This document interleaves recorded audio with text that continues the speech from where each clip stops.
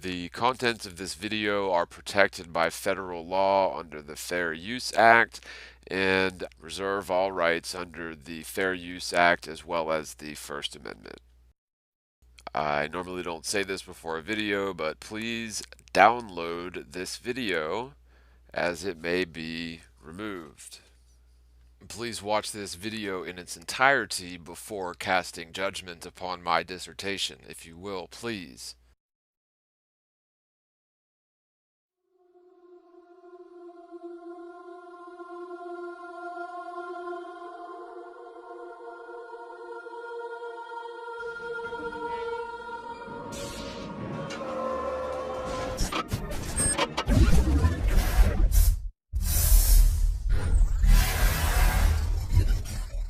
World history is written by master deceivers.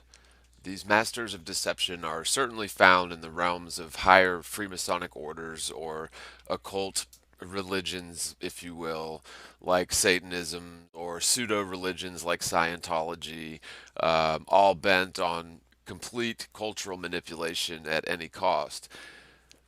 History teaches us of high profile Freemasonic or secretive orders or dark brotherhoods who supplant figureheads into the social construct. These illegitimate, highly trained and motivated plants or moles or assets are propped up financially and socially by these secret societies behind the scenes, who subsequently provide the current culture and future generations with a version of history that is a twisted deception, completely misaligned with the original intent of the natural awakening process of the masses. Their tactics include distorting facts in order to control the very foundational understandings which provide the pretext for the fallacious, socially engineered paradigm to come. You might call this role of the agent a painter, or someone who sets the stage for future conflicts, which is coordinated in advance as a Trojan horse or built-in self-destruct mechanism supplanted into the gathering of natural dissenters who represent the genuine masses of people involved with the movement. Any such grassroots movement, for example, the current truth movement, which amounts to revelation of absolute deception which has clouded the collective consciousness for generations, such grassroots movements will be co-opted and misled by the so-called illuminated as a rule. It really is no surprise the current truth movement is also infiltrated with master deceivers. Masses of people who begin to wake up and grow wise to the nature of the deceptive plans of the elite, or in the postmodern era, grow wise to the facade of the status quo and the lengths to which said secretive orders will go in preventing an upheaval of their rigged system, or the status quo, which is supported strictly by deception and manipulation on an institutionalized scale. Such grassroots awakenings will necessarily be subverted and co-opted by agents of the elite agenda. These agents will pose as protagonists of the grassroots community, gathering followers who will feel they are joining a group of like-minded people with an imagined connection to outspoken leaders who are actually inimical to the truth movement itself, yet continued to be promoted and funded, ensuring their facade as pillars to the movement remains polished and promoted. They will promote often ridiculous, irrelevant, red herring arguments, which are then married to the concept of truth, which others are genuinely trying to promote, creating an effective effigy or fallacious representation of the genuine movement itself, necessarily using meaningless slogans or, in the current movement, convoluted memes or logos which will later be used to contain the grassroots movement, at least in the public eye. Such memes or logos will be given extreme importance to those who are within the inner circle of a decidedly volatile cross-section of the movement itself. To the average passerby who is not aware of the essence of the political upheaval in question, they are meaningless rants, meaningless slogans, and meaningless images, while these Meaningless effigies are essentially idolized and hold significant meaning to a certain cross section within the genuine minority group in the awakening process. Of course, said effigy will hold exactly no meaning with anyone outside the inner circle of the crypto protagonist group, including people who are not 100% aware of the underlying message or the purpose of the grassroots movement itself. And it would also include genuine truth seekers who are involved with the grassroots movements, who are then programmed to believe in the slogan or believe in the meme more than they are concerned about the underlying facts of the truth movement itself. This causes proponents for the movement to become inherently associated with a mob, at least in the public eye, associated with a mob of well intentioned people who communicate their message to the world using meaningless slogans or memes and sometimes violence. Those posing as antagonists, pretending to genuinely disagree with the movement, are secretly working together with the crypto protagonists, and they will eventually capitalize on this straw man or the red herring effigies of the truth laid forth and popularized by the protagonist, proceeding to demolish or disprove this effigy, which has nothing to do with the truth or the genuine people behind the truth movement itself. Throughout history, humankind has been controlled in this manner so that if any mass awakening begins to occur, the agents of the Dark Brotherhood will necessarily be employed and dug into the community, hiding in plain sight. They will necessarily be provided with a platform which makes them appear to stand out from the actual genuine proponents for the truth and the genuine members of the community behind the movement. This provides the sociological illusion that the crypto protagonists are something they actually are not, and further allows them to operate with a sort of impunity without accountability or repercussions for extremely questionable behavior, or promoting or condoning or praising outright devious behavior.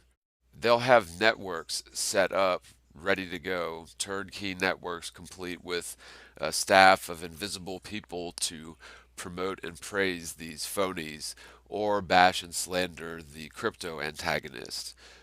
The same platform and support group would allow the deceivers to superficially connect with individual followers, a specific targeted cross section of the truth movement itself, again using meaningless reward mechanisms to make them feel as if they're part of a group and feel as if they're somehow being rewarded for their actions.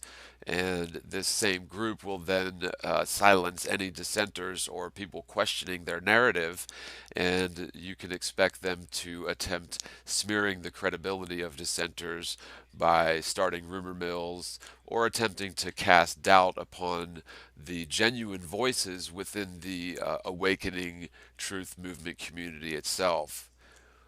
Now, again, while this is all to be expected, if you know anything about the nature of the adversary, this is all an effective containment operation planned and crafted to ensure that once the crypto protagonist agrees with the crypto antagonist, that the effigy arguments have been sufficiently refuted, which of course will happen, or these effigy arguments have been publicly destroyed as fake news, they will bring many of their followers down with them, bring many people back to sleep, with a more powerful effect in the minds of the public at large who are totally unaware of this truth and this awakening, and it affects them to a much wider scale and probably to a much further degree. That would be the majority of the sleeping world by the law of groupthink or herd mentality. And so, by publicly destroying or refuting the effigy, then the public eye will see the entire truth movement as something that was debunked as a psychological operation, which indeed it is in this regard. Now, while the crypto protagonist and crypto antagonist appear to be on opposing sides of the truth movement outwardly, This is an extremely superficial act to create buzz or speculation on both sides, giving false credibility to one another by playing the role of opposing forces while being in collusion the entire time.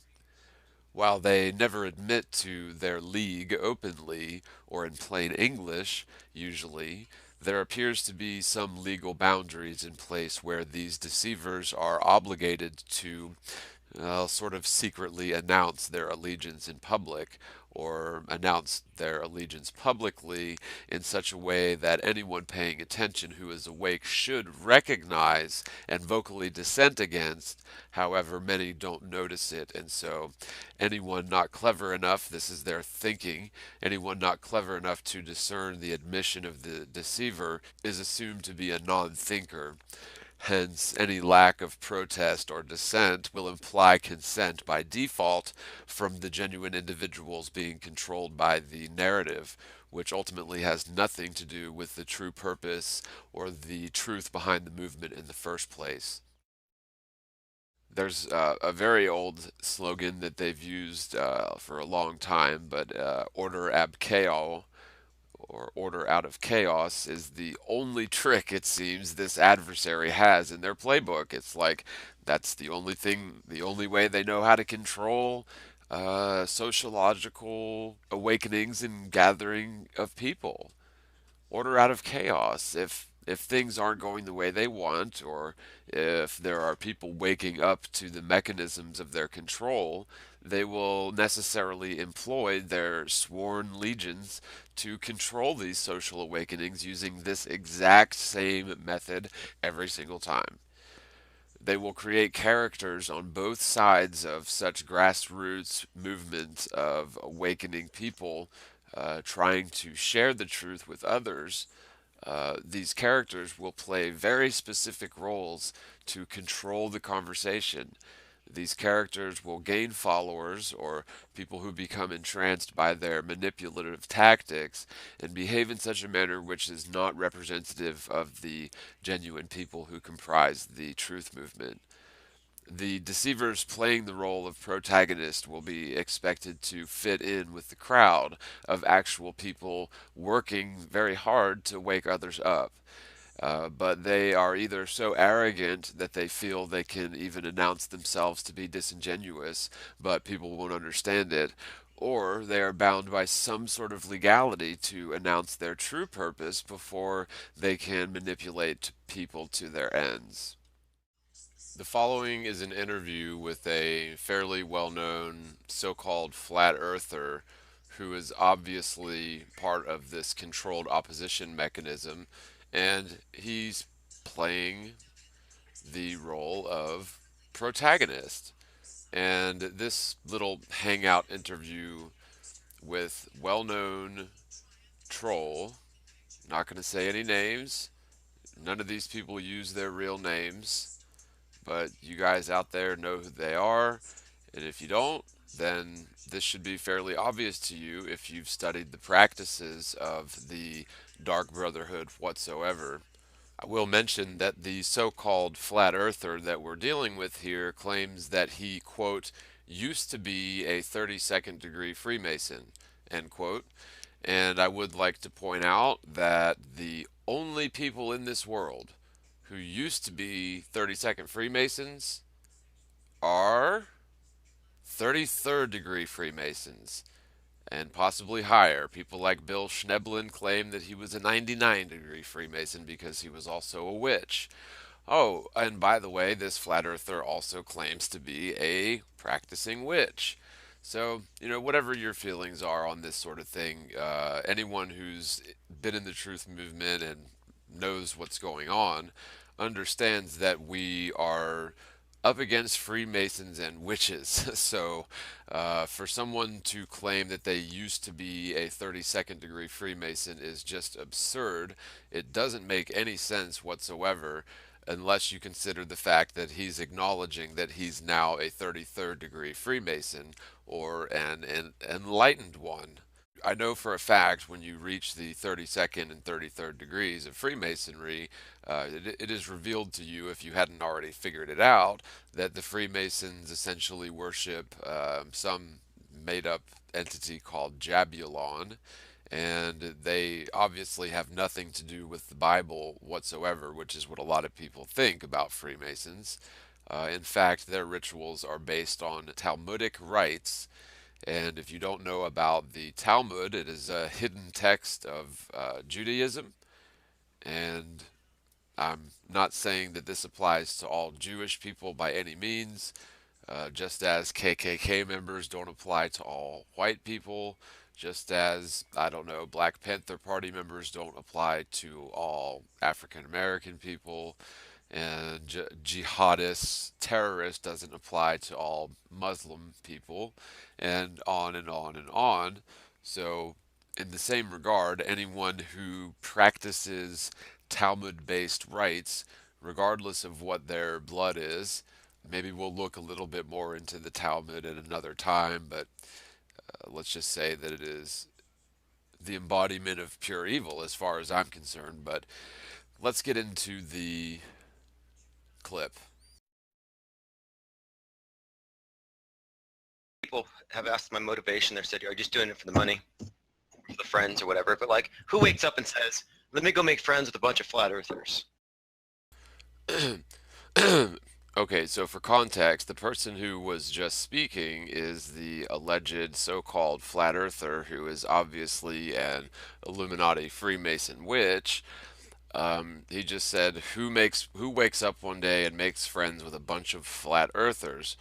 Almost as if it's a derogatory term. And the answer to that question is somebody who's realized that the earth is flat. That's who gets up in the morning and wants to make friends with a bunch of flat earthers, because people who believe that they live on a spinning globe tend to be very irrational and tough to deal with when you bring this truth to them. And so, genuine flat earthers wake up in the morning and make friends with other genuine flat earthers, and not Freemasonic Illuminati shills. Like nobody. But no, my motive. I'm going to bring this thing to a close. You know, we got 5 months for this little shindig here. This is going to end. So that's pretty telling. We're dealing with an inside joke. This is something that is known between them. Otherwise, the first question out of any normal person's mouth would have been, "What do you mean 5 months? 5 months for what?" And the fact that nobody questions what he's saying means that they understand exactly what he's saying. Now, this video was posted on Father's Day, but it appears that it may have been recorded before Father's Day. So, anyway, just thought that I would point that out because that's not the only time that that 5 months thing is mentioned in this, and I'd really like to know. And I'm sure that this crypto protagonist, Illuminati flat Earth shill, has some explanation for what he means by 5 months, but that's all up to speculation unless you're in on the secret, unless you're in on the joke, or possibly the fictitious version of the actual secret, so yet another red herring used to deceive people. Then you won't know what he's talking about in terms of this is all going to end in 5 months. It's going to end one way or the other. And if it's flat, it's flat. If it's round, it's round. If it's flat, it's flat. If it's round, it's round. Now, I know this may sound a little bit preemptive on the incredulity, however, I know for a fact that anyone who comes out as a vocal flat earther knows for a fact that the earth is not a spinning ball. And for someone to say, if it's flat, it's flat, if it's round, it's round, like you really haven't made your mind up and there really isn't anything to prove it, then subsequently goes to state that some sort of ridiculous experiment is going to prove this once and for all, which is abject nonsense. There's no curvature to the Earth. It's not spinning. And so the Earth is definitely not a spinning sphere. Yet, why would someone wake up in the morning and make flat Earth friends? If it's flat, if it's round. This is not what a flat earther says. A flat earther is so overwhelmingly blown away by the information that we know to be true, 100% observable, repeatable, definite reality, and we want to share that with people, yet that isn't the case with this crypto protagonist, flat earth Illuminati shill. And of course it isn't. Why would you expect anything different? This thing to a close. You know, we got 5 months for this little shindig here. This is going to end. It's going to end one way or the other. And if it's flat, it's flat. If it's round, it's round. I'll be the first to admit it. Do you believe the Earth is flat? I'm agnostic about its rotundity, but I won't say it's flat unequivocally. That's good. Agnostic about its rotundity? Won't say it's flat unequivocally? This, again, is not what a real flat earth proponent sounds like. This is what a shill sounds like. Because in the last 2 years, so many people are wide awake to this and know unequivocally that the earth is flat. There is no curvature, there's no belief or agnosticism necessary. If you measure for this, the curvature doesn't exist. If you measure for motion of the earth, that doesn't exist.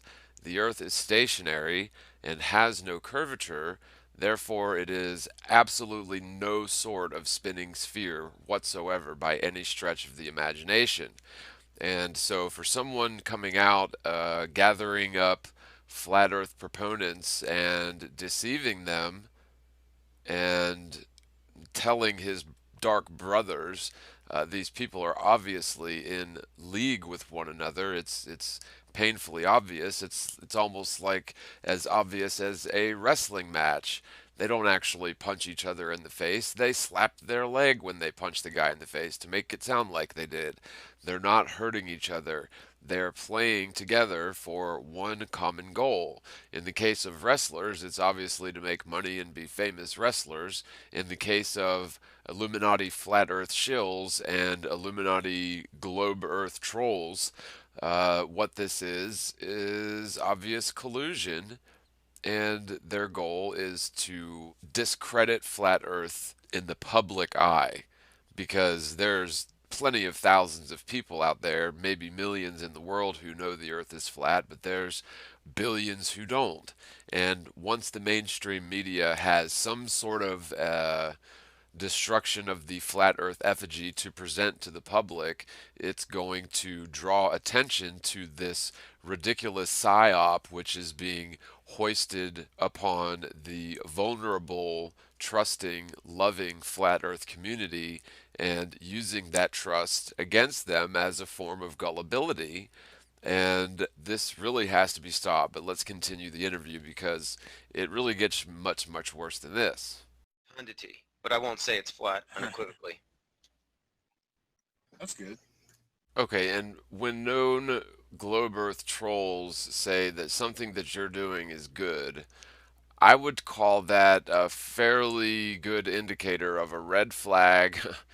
And to anybody who's paying attention whatsoever, I'd like you to just compare this and contrast this with a hangout that I did with some of the same people here. I did a hangout with 3 people. I'll play a 5 minute, I'll pick a random 5 minutes out of it and play the clip and just see if you can tell the difference between the way that I was treated when dealing with this same crowd and the way that this Illuminati flat earth shill is being dealt by this same crowd. And I'll put a card to that video in its entirety in case you want to check that out as well. It's pretty painful though, warning. Well, the first thing I can do is disprove the heliocentric model, and that's a good start, I think. Okay, so we asked you the first question. You said you're ready to die because you have proof that the world is flat. Okay, now the world would like to know what that proof is, and your answer to that is, I'm not going to show it to you. I'm going to prove to you it's not a globe. Am I correct on that? Yes or no? Well, actually, no. You're totally making stuff up. I never said I was ready to die for anything. Really? Would you want me to actually turn on my YouTube on my Xbox right now and we'll play it live for everyone to hear? You say that you're ready to have the government kick down your door and shoot you in the head because you told a few people about flat earth. You said it, Morgal. Your own words, bro. And I'm going to have to put you in check for saying, wow. Yo, Tim, did he say that? Did you guys not hear him say that? It's in my video, dude. I thought it was pretty humorous, actually. I mean, you can, Morgal, you know the things you say, bro? one of the things I've said, and I've said it several times, is that if I were to die tomorrow, I'd have a fulfilled life because I finally learned the truth after a lifetime of lies. But I Poor guy, never you said said, the government could kick down your door right now and kill you, and you'd be happy because you told people about flat Earth. I'll pull it up The and play it truth right now, about man. flat Earth. I mean, for real, Morgan. I will pull it up and play it right now. So when we say you talk out your ass, we're saying because of shit like that. That's not being an asshole or a troll. I've asked you now for the third time. I'm going to ask you. You said in that video you can prove that the world is flat. I don't in want what to hear all your more debunking specific, of the globe. what I video? want you to prove that the world. You said You're umpteen times. You said you could prove that the Earth is flat, dude. Whoa, whoa, whoa! We're talking about two different things. The okay other in the day, Week Shill Show review video with you, Lori, and Lawrence. That's when you made these comments. Okay, there's your answer to that. And you said, I know the world's flat and I can prove it. You said you can prove it. Now, sure. we started this off asking that Give him question, a second. and we still haven't gotten the proof. That's all I want. I would love for you to show it to me because I think that would be pretty fucking cool. I Let him really get do.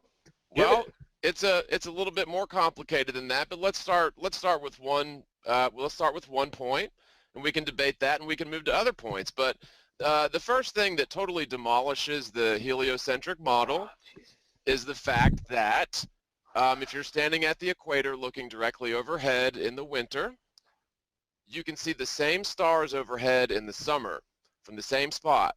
So that right there totally disproves Can I explain heliocentrism. something? Can I explain something to you really quickly, Morgal? Because I don't think you can Sure. put this into perspective. I really, and I don't think a lot of people can, and I don't even think that I can. How big space and stars and how fucking far these things are. It has Okay, nothing to do with that. So that just gives you sort of an idea of what was going on. We had just started the hangout at that point, and instead of introducing themselves to me, they just started asking me all of these bizarre questions about something I had said months prior, but he was talking about it as if I had brought it up in that conversation. So I wasn't sure what they were talking about, and it just goes on and on like that. So they essentially wouldn't give me a chance to speak. They wouldn't listen to reason. It was just a big fiasco. And so, compare and contrast that to the polite courtesy that the Freemasonic Illuminati shills give to one another when in conversation with one another. Okay. There we go. IPS, how you doing? But I was pissing. Sorry, I was on mute. Oh, what's up, Ed Upside Down Head? Yeah, I don't think anybody should be committing and saying, I know unequivocally it's a flat Earth because we don't have a model, as you've noticed. Wait a minute. We can't say unequivocally it's a flat Earth because we don't have a model, as if we need a model to know the Earth is not a spinning ball.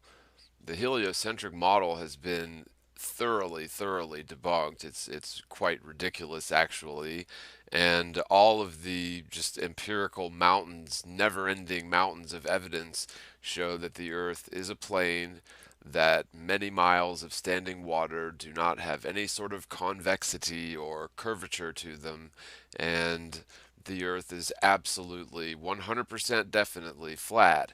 And I think I'd just like to point out real quick that nobody in their right mind would ever wake up in the morning and make friends with a bunch of flat earthers and go around saying the earth is flat unless they knew it 100%. I'm sorry, but this is just a very telling observation about this person's true intentions.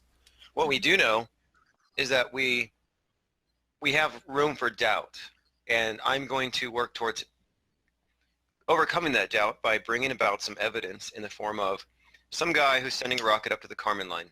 Wait a minute here. Let's just back up the wagons. Was anybody paying attention to what he just said at all? There's room for some doubt, and he's going to overcome that doubt. And you have to read between the lines in terms of what he's saying. Let me just roll that clip one more time because this is code speak. They're speaking to each other with occult language. What we do know is that we have room for doubt, and I'm going to work towards overcoming that doubt by bringing about some evidence in the form of some guy who's sending a rocket up to the Kármán line. Some guy that's sending a rocket up to the Kármán line? What does that have to do with flat Earth at all? Okay, so $7,000 is raised to put a flat Earth sticker on the side of this thing, which is a steam rocket that makes absolutely no sense. And if something happens to this guy, let's just say hypothetically he dies in this accident, that's going to be tied in the media with flat earthers. So the cover story for the media is stupid flat earthers kill stuntman. That's going to be the headlines. And hopefully, by making this video and calling out my dissent, perhaps my hope is to change the trajectory of these plans. Because when they tell us their plans out in the open like this, if nobody objects, if nobody dissents, then again, that is implied consent. And so they have every right to do whatever it is they plan to do. And I'm telling you right now, this character's plan is to discredit Flat Earth in the public eye. And he's doing so from a position of a wolf in sheep's clothing. And really, he doesn't even wear the sheep's clothing that well. It's almost like he's not even trying to hide it. And that's how these people operate. It is in plain sight. It has always been that way. It is no exception with this example. Doesn't even have to get that high, I mean, even if he gets halfway there, it'll be sufficient. Okay, the Kármán line is allegedly about 62 miles up. Getting halfway there would be 36 miles. That's never going to happen in a steam rocket. The highest that we can get up in terms of amateurs is about 100 to maybe 150,000 feet with weather balloons. In terms of typical rocketry, even amateur rocketry, like in the case of the Go Fast rocket, that got up to 72 miles, which is 10 miles further than the Kármán line, allegedly. And although they used GoPro fisheye lenses, we got some really good evidence from that the Earth is indeed flat, even from 72 miles vantage point, when you're not looking at the imaginary or trickery of a fisheye lens that causes fake curvature to appear whenever the angle of the camera is either higher or lower than the horizon itself. However, when that camera aligns to the horizon, we can see even at 72 miles that there's no curvature, and also that the moon can be seen when it should be on the opposite side of the so-called spherical Earth. The idea of sending a steam rocket up there is just absurd. It is patently absurd. This is something that if they go forward with it as planned, it's going to fail, most likely. And even if it doesn't fail in terms of a catastrophic failure, it's not going to prove or disprove anything about the shape or nature of the Earth. We don't need to do that. We already know the Earth is flat and stationary, and these Freemasonic shills trying to put together some publicity stunt, a straw man to be burned, and effigy to be slaughtered in order to completely discredit flat earthers and the flat earth truth movement in the public eye.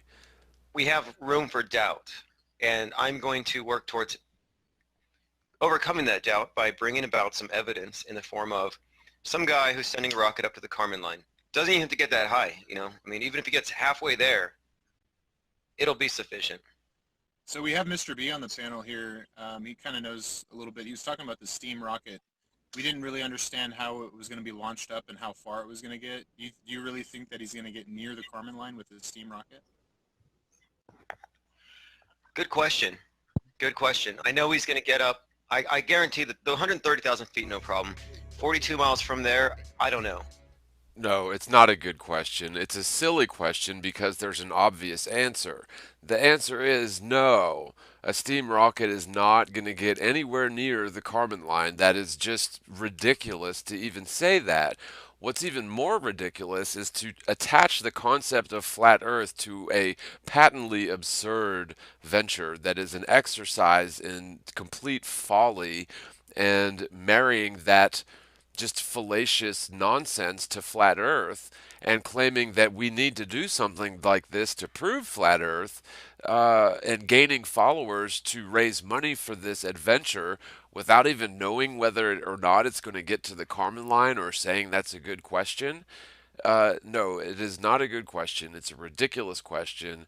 And no, this stunt has nothing to do with flat Earth. And frankly, I feel sorry for anybody who put their money towards this because, first of all, it's going to fail at its objective, at least as far as the flat earthers are concerned.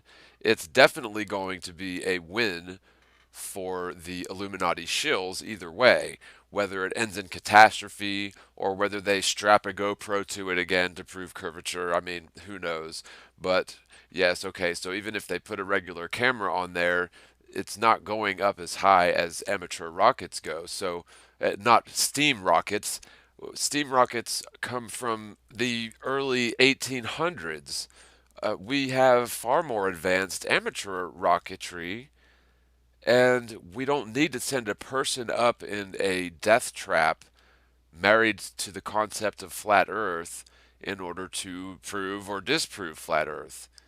This whole conversation is obviously a public revelation of their plan here. And I really hope and pray that you guys realize this by the end of this video, and it gets even worse than this.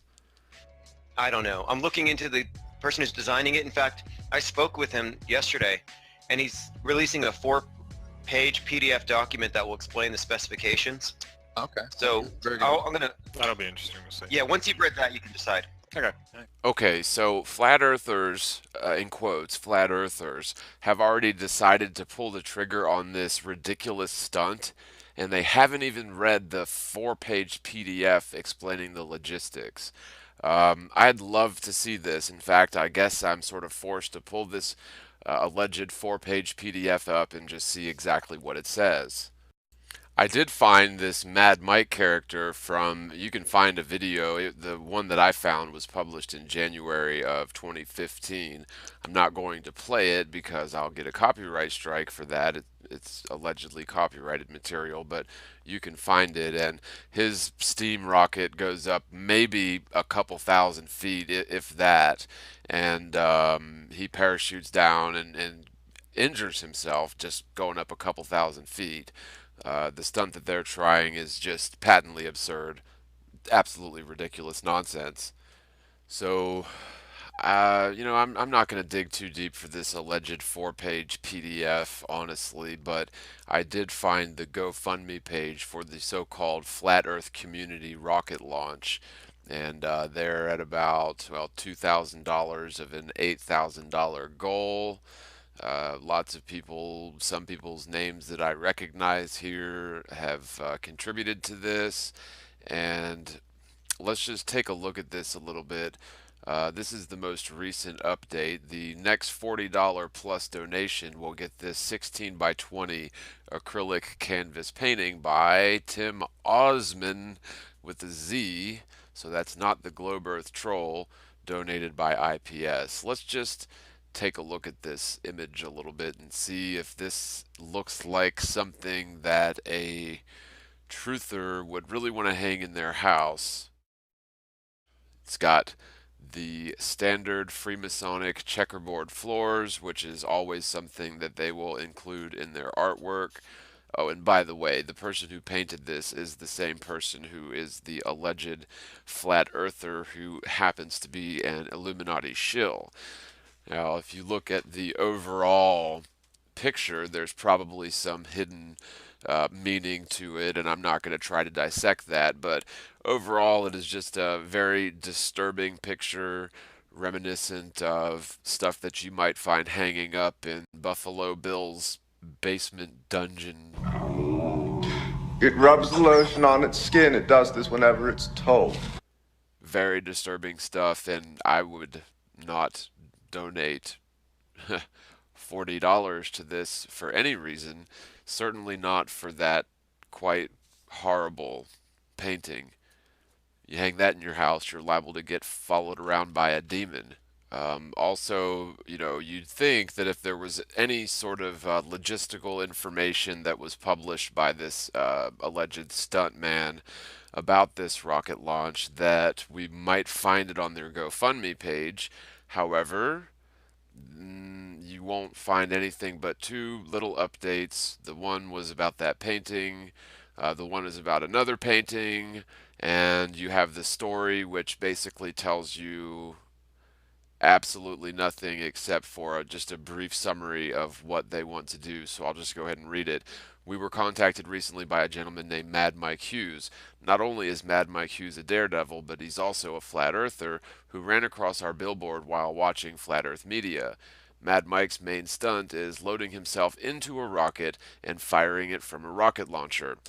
And I'll just make a note real quick, insert this note. It is nothing to really brag about. It is extremely lackluster. If you watch the rocket launches, previous rocket launch of this gentleman, allegedly.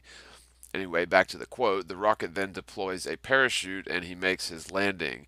In the email, he informed us he would be performing his next stunt at the end of July in a glorious rocket launch for which he said he wanted to promote flat earth awareness with our sponsorship. So he wanted money from the flat earthers. He wants the flat earth community to sponsor his next event. You can check out Mad Mike's last rocket jump in 2015 by YouTubing Mad Mike Rocket Jump. Mad Mike Hughes called into a recent Infinite Plane Society, whatever that is, live stream to discuss his rocket launch, hoaxes, flat Earth, and more. The interview is attached.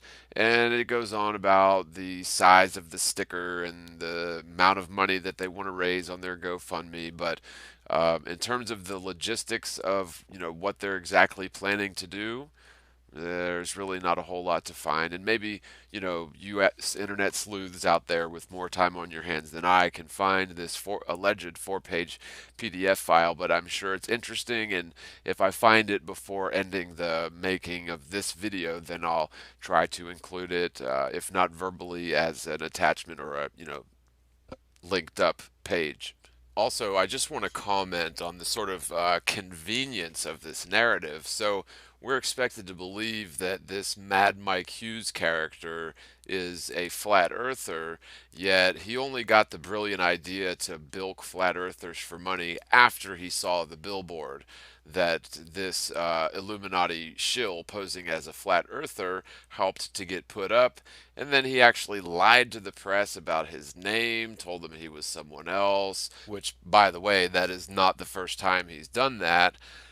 And I'm pretty sure that he uses other people's names all the time, although in secret, in order to discredit other people. One other example would be he used a well-known globe Earth troll who was also an Illuminati shill, the very same Illuminati globe Earth shill that is on the other end of the conversation that we're dissecting here. He uses his stage name, which isn't even his real name, uses that stage name as the pen name for all of the alleged flat earth books that he's written. He also used another prominent flat earth proponent's name in a public hearing. This person loves to use pseudonyms or fake names because that's how Illuminati shills roll. But the point is, though, that if Mad Mike Hughes was actually a flat earther and he wanted to get the flat earth message out, he wouldn't be bilking flat earthers for money, almost $8,000, in order to put a mere sticker on the side of his little rocket that he was going to be launching up anyway. This is just a means of extorting money out of the like I said, trusting and therefore gullible in these people's eyes flat earth community.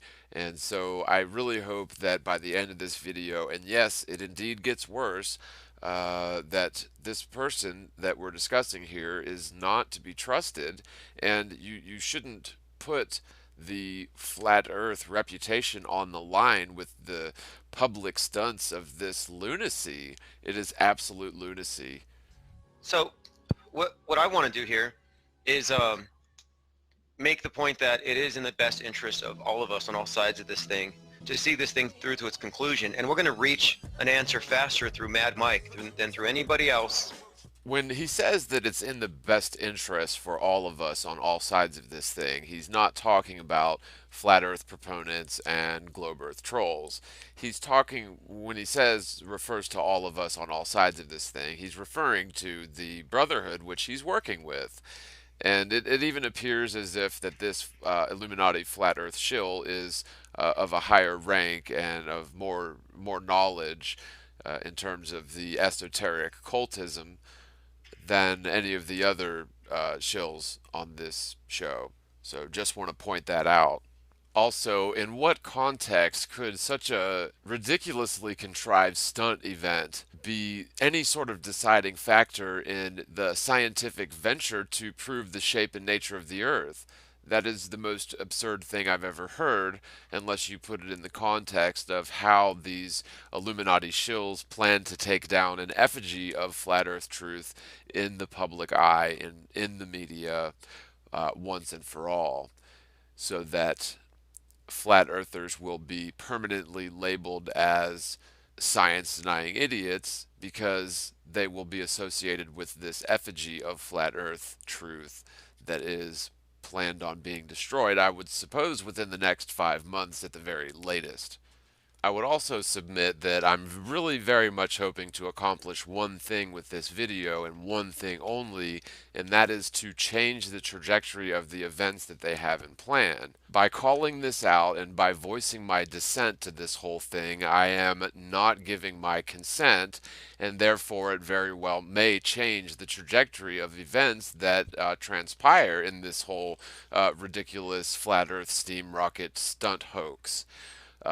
Perhaps that will have a positive effect on flat earth in general, although I realize that my credibility will suffer as a result, because in changing the trajectory of these events, it will make this whole foreshadowing that I'm giving to you guys right now seem to be paranoia, although had I not vocalized this, the trajectory of events that would have transpired may have been different, and for all we know, Mad Mike Hughes would have died in the rocket crash, whereas now that I've made this video and said this, perhaps the news story will be that Mad Mike did not at least die in the rocket crash. The flat earth rocket crash, that is. Although, it's very much up in the air as to whether or not this guy actually is a stuntman and whether or not he's actually going to be in the rocket. So they can tell the story however they want, but not to attack the credibility of this man, Mad Mike. I've never heard of him. He is being promoted a lot because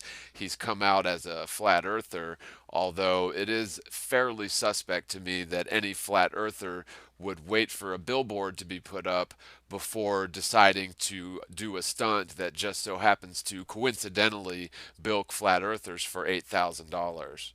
With all their speculation or their talks about going across Antarctica, no, this is going to do it.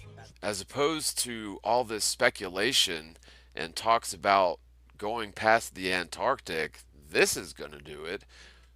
First of all, the only reason we want to go to the Antarctic is to see what's beyond. We already know the Earth is flat. All flat earthers know that. That's why they're flat earthers. Flat earthers don't need proof that the Earth is flat. We have literally so much proof that the Earth has no curvature, nor is it spinning, that any experiment can only confirm this further. If you want to put this in the public eye, it really is quite a silly idea to make a complete fiasco, spectacle out of the whole thing. That is what Illuminati shills do. This rocket launch isn't going to do anything but ruin the credibility of flat earthers if we're not careful. If we allow others to put this obvious Illuminati flat earth shill on a pedestal and continue feeding his really quite bizarre social media campaign that involves the effigy of a penguin, and people sort of seem to somehow worship this penguin, and yet the penguin has no meaning whatsoever to anyone except for a really very specific sect of or cross section of flat earthers. Or their talks about going across Antarctica, no, this is going to do it. So save your lunch money. You only need about $10 per person. Well, I think that it's probably, no one really thought of this. I think one of the best ones was some kind of an Antarctic expedition. I personally don't think that you have to cross the Antarctic. I think you can use the South Celestial Pole as navigation and be basically looking at Antarctica and have two boats going in opposite directions, basically. and it would be like 60,000 miles if it was a flat Earth, and it's going to be much, much, much shorter if it's a sphere. Honestly, that was so forced, and I believe that's the first time I've ever heard that globe Earth troll say those words, if it's a sphere. So, isn't that very convenient that he says it now? However, for him to say that all we need to do is take a couple of boats to the South Arctic Circle, essentially looking at Antarctica, and each, do a half circumnavigation, yes, that is a good point if you're sort of humoring an AE layout, which isn't necessarily anything to do with flat Earth. I mean, it's not a model. The azimuthal equidistant projection isn't a model. It's merely a projection, and so we really don't have any good actual maps that represent the face of the Earth in its entirety, because frankly it's impossible to image the entire face of the land masses of the Earth at once. And so having a map is really quite irrelevant to this. Having a model is really quite irrelevant to this. This is about measuring for Earth curvature and axial rotation. That's all this ever was about. And all of the observations and measurements always never fail to prove and indeed confirm a flat, stationary Earth. And frankly, the fact that these Illuminati shills are telling everyone exactly what they're planning to do is just obvious. If you're awake and your eyes are open, it is And obvious. it's going to be much, much, much shorter if it's a sphere. But I mean, that does cost quite a bit of money, and it sounds like a lot of this rocket is already being the money's being provided. So this is only just for $7,000 is for the flat Earth logo on it. Yeah, 7,000 gives us the Flat Earth logo. We're sponsors, and it turns the rocket launch in August into a Flat Earth thing. There you have it. There you have it. The rocket launch is already paid for, but the $8,000 that they're bilking from flat earthers makes it a flat earth thing. That's what the whole point is to make this obvious debacle a flat earth thing, to make flat earthers seem retarded. And I hate to use that word, but I'm sorry. That's just the common vernacular for this day and age, and to explain what their views are and what their plans are. So they didn't, this character, this stuntman character, whomever he is, didn't need that money to launch his rocket. It was already paid for, and he saw a billboard allegedly, and this made him decide to bilk flat earthers for money. And this whole story doesn't make any sense whatsoever. This is obviously controlled opposition who is working in conjunction with the mainstream media in order to put the final nail in the coffin of this truth movement in the public eye. And then the other one, where he's going to go up to the Kármán line or attempt to, that's a couple of months after that. Yeah, he's going to go to the Kármán line in a steam powered rocket, and you haven't even read a 4-page PDF of the logistics on this, yet you're promoting this to flat earthers to put their money towards. I mean, this is just absolutely insane. This is insanity. But by putting our money into this thing now and making it about Flat Earth, it won't be about some guy trying to pull a big evil Knievel thing. This is going to be about Flat Earth. That's what the rocket launch will be about. And the guy Well, he's been a Flat Earth for 2 years. Yeah, I'm completely buying that story. I'm totally buying that he's been a flat earther for 2 years, and yet he waited until you and your minions put out a billboard before he decided to bilk flat earthers for money that he doesn't even need to launch the rocket. Yes. Yes. So you're telling me that he couldn't have put a sticker on the side of that rocket for free? He needs $8,000 to put a sticker on the side of that rocket? Even though it's already paid for and he's a flat earther? Yeah. Okay. I'm totally not buying this. Any true flat earther would put stickers all over that thing for free if this was legitimate. This is a hoax. This is going to be a false flag operation in order to vilify flat earthers. And by the way, if I haven't said this yet, it gets even worse. You know that it's going to be huge too. I mean, that kind of media is going to be pretty excellent if it's successful. Okay, so the most well-known, the most notorious Globe Earth Illuminati shill is approving of, not only approving of, but saying that this will be excellent in the media if it succeeds. Um, does any other flat earther see any sort of red flags about Tim Osmond thinking that this plan is excellent? Okay, if you guys don't see this yet, I don't know what to tell you, but let's just continue because it actually gets much worse and goes much deeper than this. It'd be pretty excellent if it's successful, and it will be plastered with flat Earth. Honestly, read between the lines there. This will be excellent if this is successful, and it will be plastered with flat Earth. Isn't that just excellent? That is excellent, isn't it? For Tim, for these Illuminati shills, yes, that will be excellent because it will marry flat earthers to a ridiculous, ill-contrived, poor excuse for a plan in the history books. My only question is, I mean, I would have done it for about 2 grand. How big is how big is this logo on it? 7 feet by 2 feet, and then on the launcher itself, 2 feet by 4 feet. Do you know So- if it's going to be? Do you know if the cabin is going to be pressurized, and if not, if it is going to be a mask or oxygen system? Good question. I think he's going to be on Jeranism's radio show at TFR tomorrow, Okay. and we're going to get more specific questions. I know that he's got I think they spent $100,000 on his suit. So they spent $100,000 on the suit, and this flat earther needs $8,000 from flat earthers to put a flat earth sticker on the side of this thing that is destined to fail. Yeah. Damn. So Oh boy. Fuck yeah. yeah, the whole launch and everything is going to be like a $2 million operation. But if this thing next month goes very well, it'll be no problem at all to get that kind of funding. I'm going to actually personally go out there to Southern California and watch the rocket launch. Yeah, I'm sure if this thing goes very well, you guys will all be very well funded by the Illuminati because you guys are Illuminati shills. This is a What kind man. of a what kind man. of guarantee do you have for? I mean, like, is there a fund that you show people? Look, this is how much money has come in, and this is how much is going out, or is it just kind of under the table? This one's all going through GoFundMe, so it's public and everybody can see how much they put into it.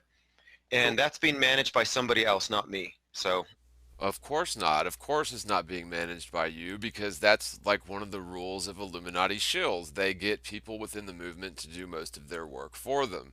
And regardless of where the money's coming from, this whole thing is obviously setting up to be a whole psyop in order to discredit Flat Earth. And so this conversation where the well-known Illuminati globe Earth troll states things like this is a really great idea, then that ought to raise a few red flags for flat earthers. if somebody was running a scam, it wouldn't work because I'm not touching that money. Well, that's good. I mean, Yeah. these are all questions the doubters, the skeptics would have, and if that's legitimate and you're doing it that way, then I mean, like, I've actually come to like what you're doing. Obviously, with the Fepe and the trolling and stuff, I think that's actually beneficial for the Helios, the sphere, Earth, truth. But Yes, Fepe and trolling is good for the blue pill philosophy, the sleepers, the people that have not yet awakened to this truth.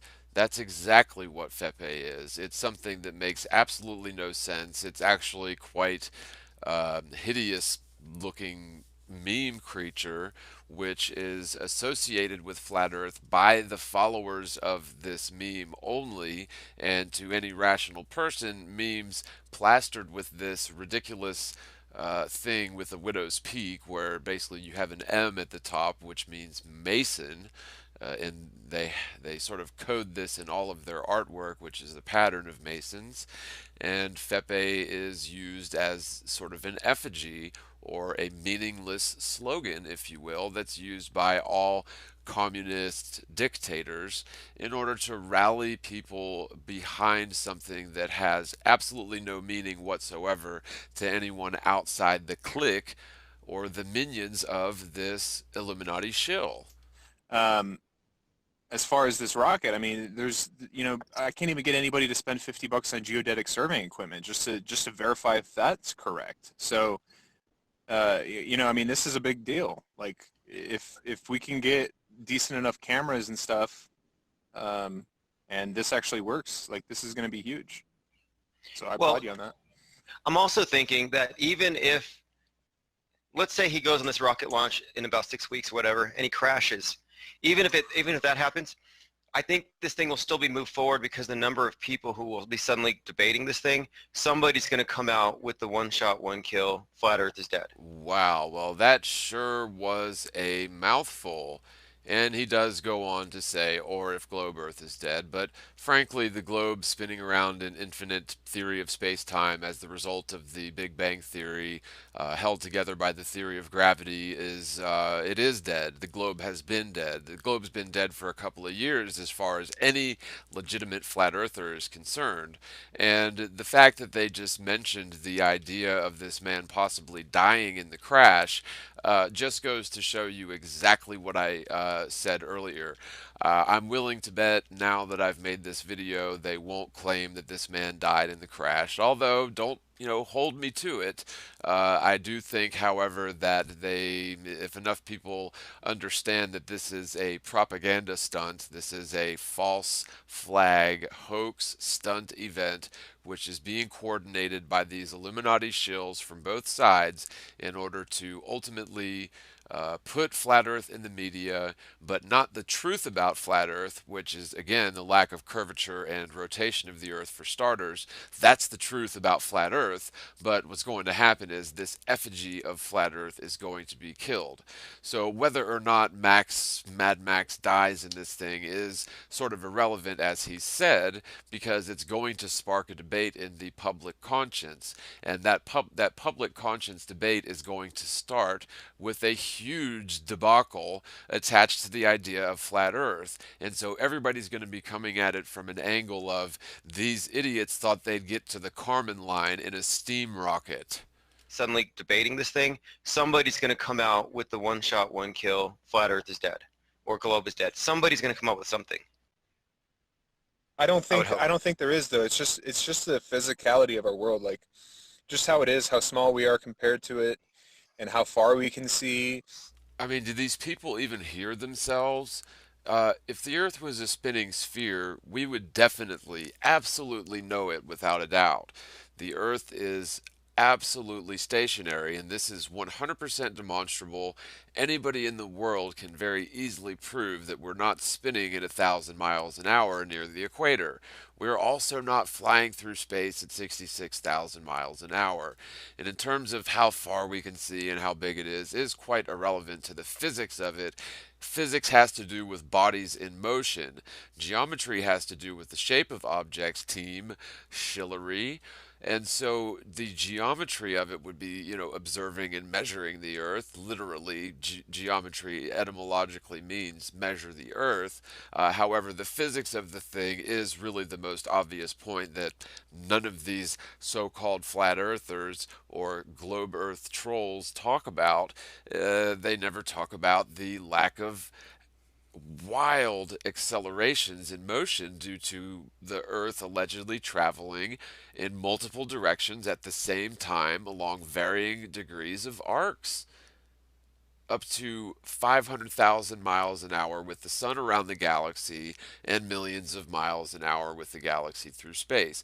None of this motion exists, and it is 100% doable to prove this just by simple experiment. And for people to add such confusion to this and claim that it's reliant, this absolute self-evident truth is somehow reliant upon a hoax stunt event, is just absurd. Although I can see why this team of Illuminati shills are congratulating one another, because they think that this is somehow a brilliant idea in order to discredit flat Earth.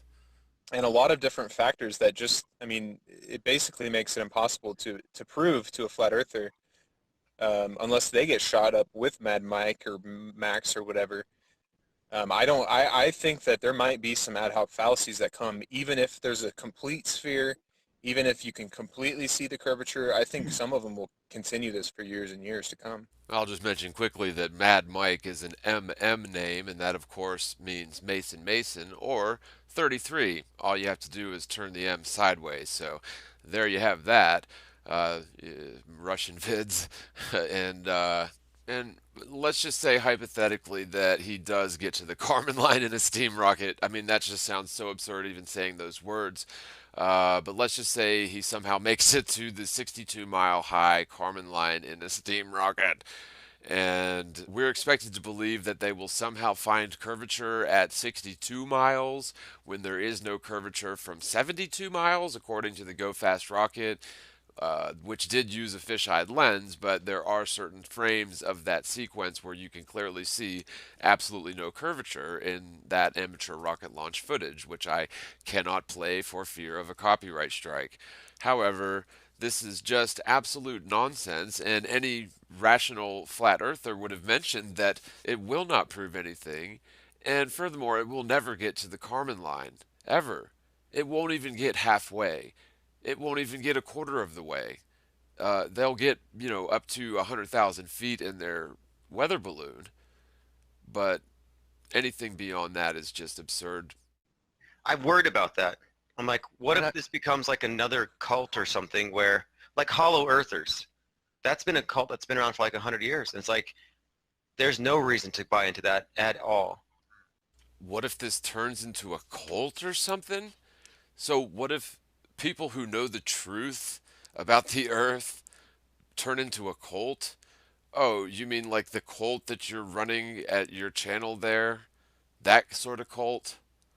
Um, no, flat earth can't possibly become a cult unless we allow Illuminati shills to gatekeep and run the narrative.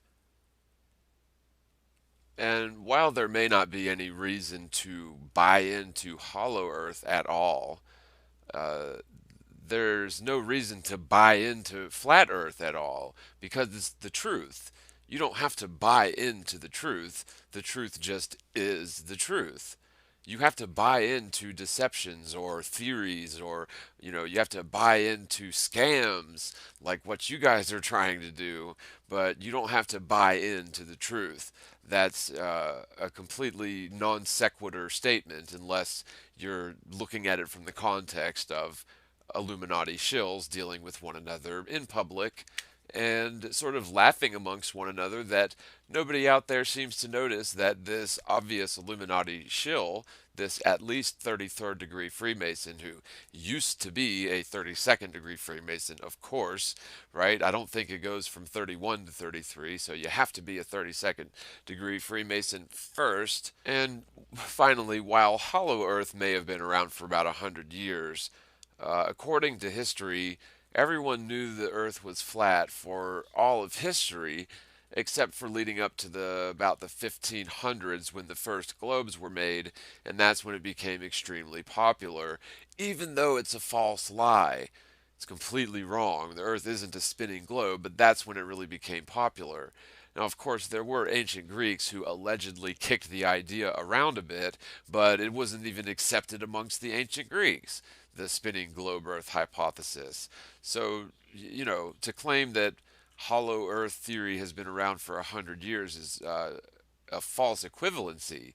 The Earth has been flat forever, and everybody knew it throughout history except for fairly recent in time. Well, But Admiral Byrd, go ahead, has Lewis. been around longer than Flat Earth's been around longer than that. I feel. I've talked to this gentleman in Canada by the name of Tom something. He uses multiple last names because of on different platforms, so I'm not quite sure. Of course he does. Of course he does, because that's what Illuminati shills do.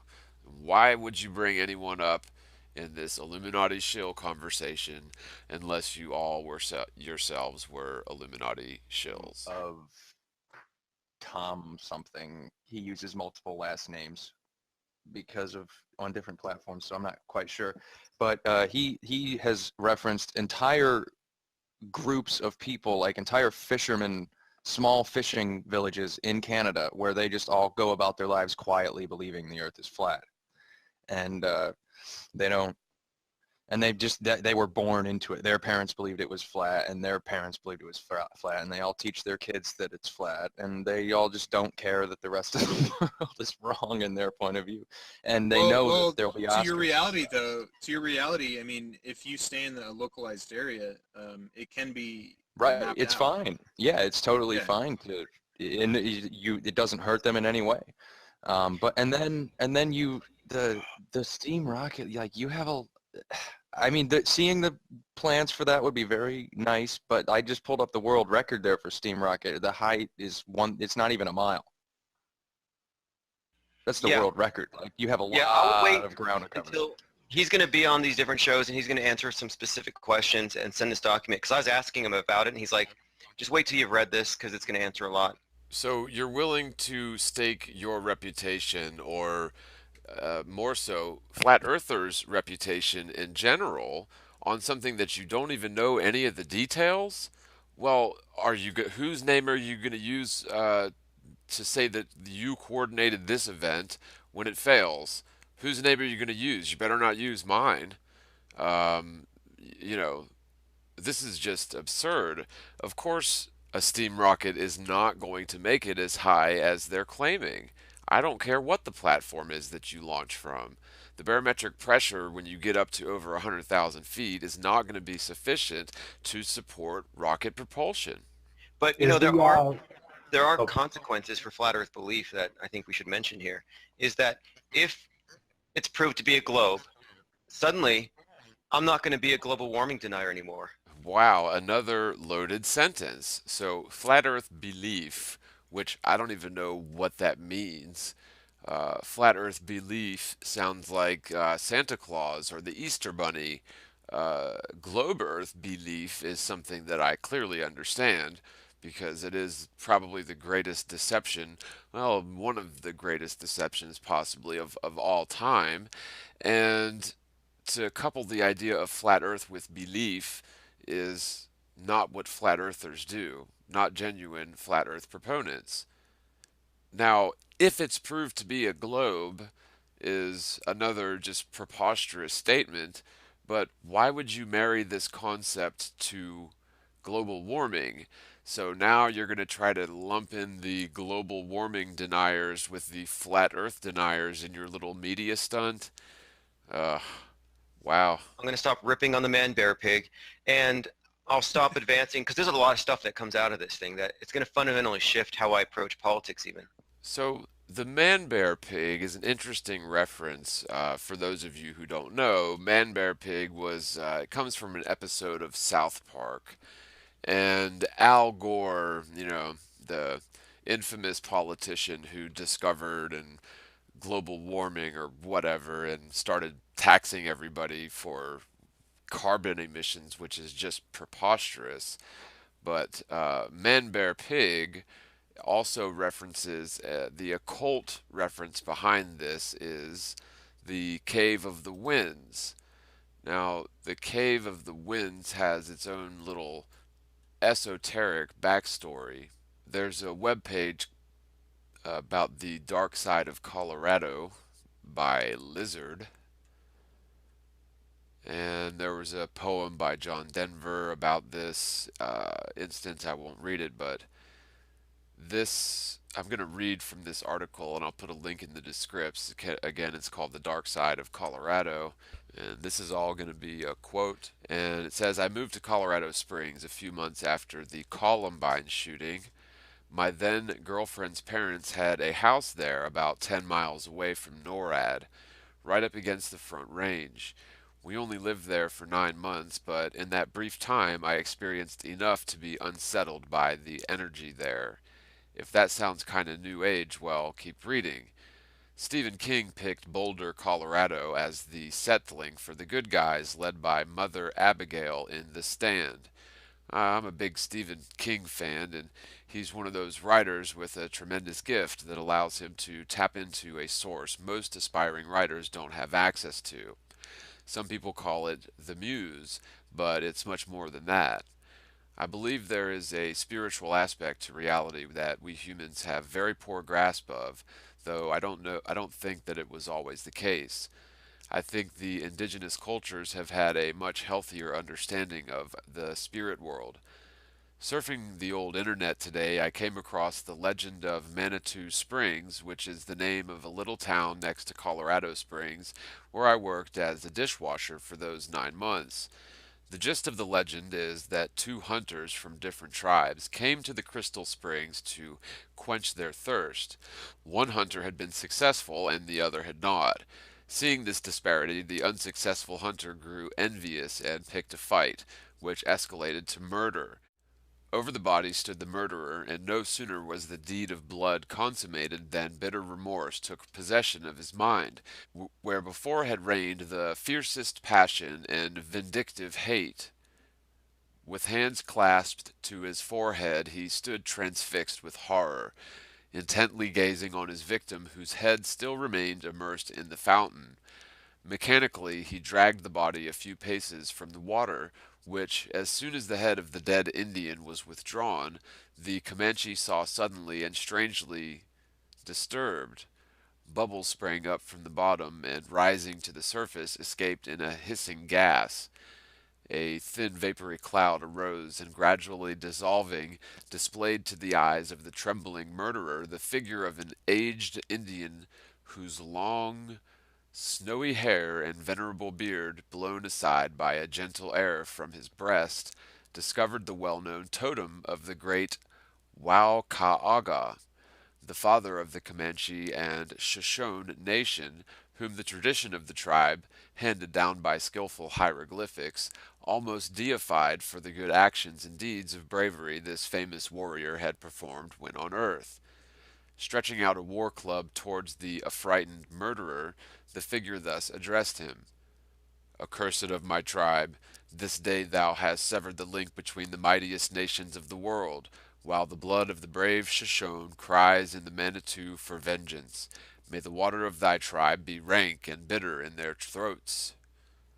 Thus saying, and swinging his ponderous war club, made from the elk's horn, round his head, he dashed out the brains of the Comanche, who fell headlong into the spring, which from that day to the present moment remains rank and nauseous, so that even when half dead with thirst can one drink of the foul water of that spring. When I worked in Manitou Springs, I had a couple of strange experiences. One day after work, one of my co-workers took me on a hike up a ravine.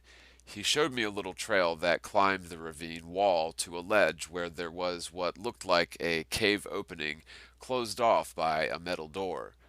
The door was chained from the inside, which you could see through a hole where a knob should have been. It was creepy. My coworker Nate was also the first person to clue me in to the reputation of Manitou Springs of being a hotbed for occult activity. In June of that year, I went home to visit family in Kansas City. When I came back, Nate informed me that the owner of the liquor store in Manitou, Robert Walter Dunn, had apparently murdered his 7-year-old daughter by slitting her throat. When the police arrived to this awful scene, this is what Robert told them. With his hands soaked in the blood of his 7-year-old daughter, Robert Walton Dunn turned to a police officer seconds before he was handcuffed and said, "I killed the devil. She was possessed and I killed the devil," according to court records.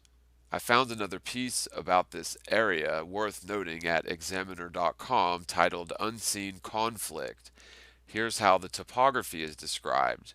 Sitting at an elevation of over 6,000 feet above sea level, the city of Colorado Springs, Colorado faces the front range of the southern Rocky Mountains, staring up at Pikes Peak.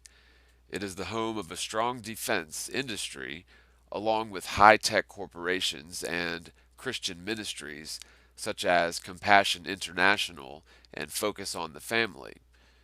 It is an incredible, scenic, and beautiful city with mountain views from nearly any location. It's not surprising that the Springs, as it's often referred, is known for its family atmosphere. Beyond these demographics, the city's population are evidence of a deeper struggle. It is a struggle that is deeply embedded and that many choose not to openly acknowledge, and that others are not even aware of. One need not look very far to notice that Colorado Springs is a popular location for followers of New Age, pagan beliefs, and the occult. It is an area of intense spiritual warfare. Non Christian spirituality has a strong undercurrent in this area, along with various cults and followers of witchcraft.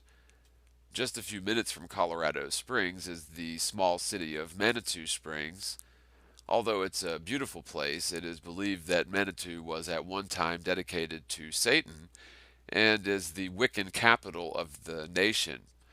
Many people may call this foolishness, but it's interesting to note that the word Manitou means, quote, a supernatural being that controls nature or an object that possesses supernatural power, end quote. Continuing with this quote, within the quote, what got me thinking about all of this, of course, another Colorado tragedy, this time at Arapahoe High School, located just 12 miles from Columbine and 14 miles from the theater in Aurora, which is known for the Aurora Batman shooting.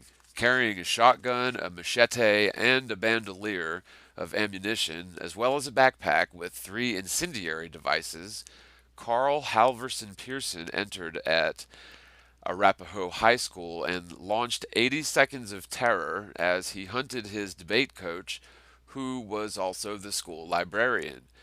And I'll just put a little note here: if you buy into these false flag hoax events that seem to happen quite frequently in Colorado, don't they? New details emerged Saturday as authorities described the country's latest school shooting. As soon as he entered the building Friday, Pearson fired a round down the hallway and another from point blank range that critically injured one student. He fired a third round down the hall and entered the library, where he fired again and set off the Molotov cocktails, igniting bookshelves.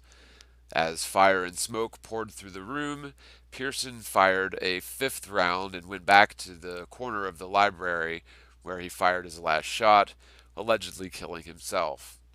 As an agnostic, this writer here believes there is more going on in this world than can be explained. That belief has led them down strange paths. High in the Rocky Mountains, they've often wondered what's hiding below. Some knowledge, though, comes with considerable risk. Stay tuned. End quote.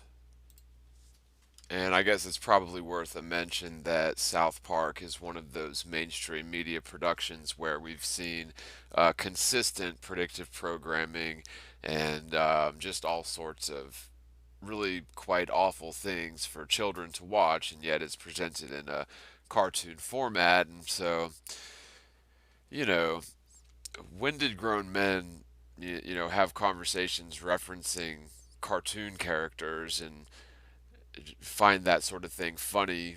The only people who would know what Man Bear Pig is are people who watch South Park and people who know that one another like to watch South Park, because the reference would be lost on anyone who doesn't watch South Park. Man, bear pig. Nice, nice. I really like to hear that.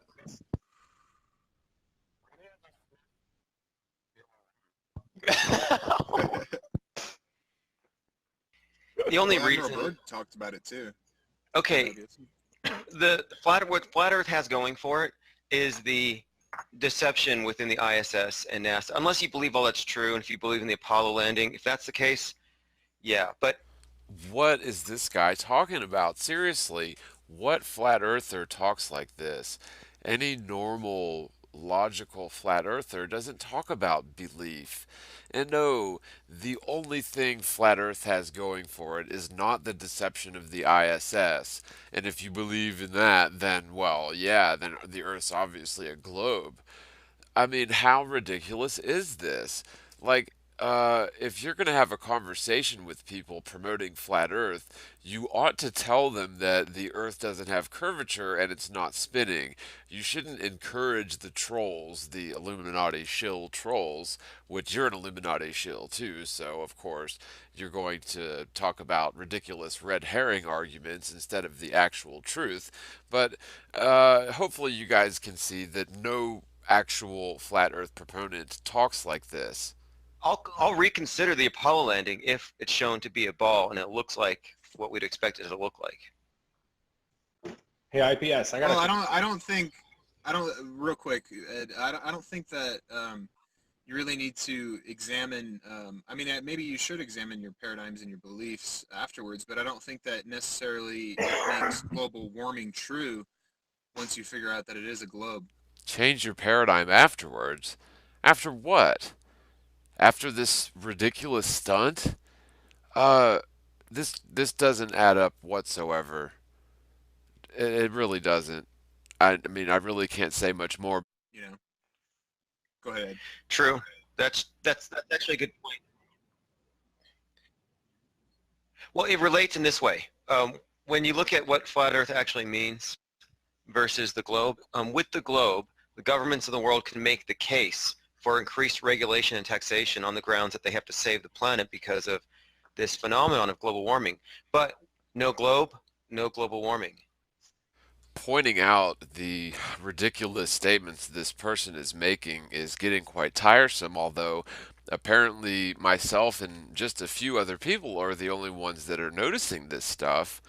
But no globe, no global warming is just an absurd statement.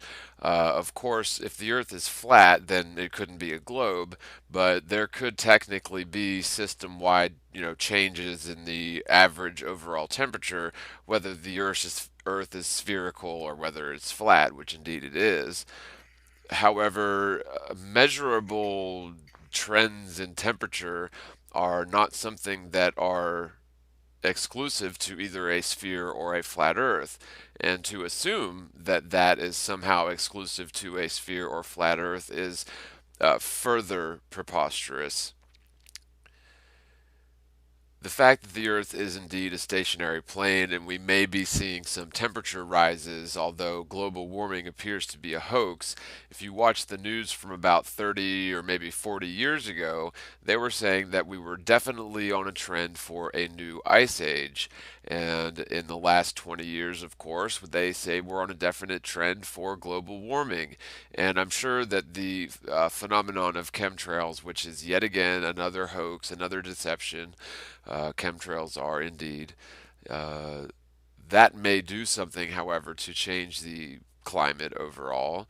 However, the climate can trend in different directions based on a lot of different factors, and that's completely not exclusive to the Earth being a sphere or being flat. You can have system wide overall average temperature changes of the water and the sea and of the air.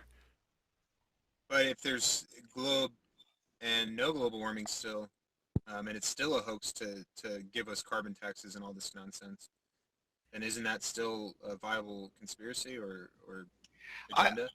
well, one of the reasons why I can't take it seriously now is that like Al Gore's satellite, GoreSat, the Discover, that's a weather satellite. That's been up there for so long. And now that I don't believe in it, I don't believe in any of its data. But if the world's shown to be a spinning ball, I'll be like, well, maybe I was wrong about dismissing his information. I'm terribly sorry, but no actual flat earther talks like that. We know for a fact that satellites don't exist, and everything that has to do with space is fake. You can't orbit, you can't go up there and float around.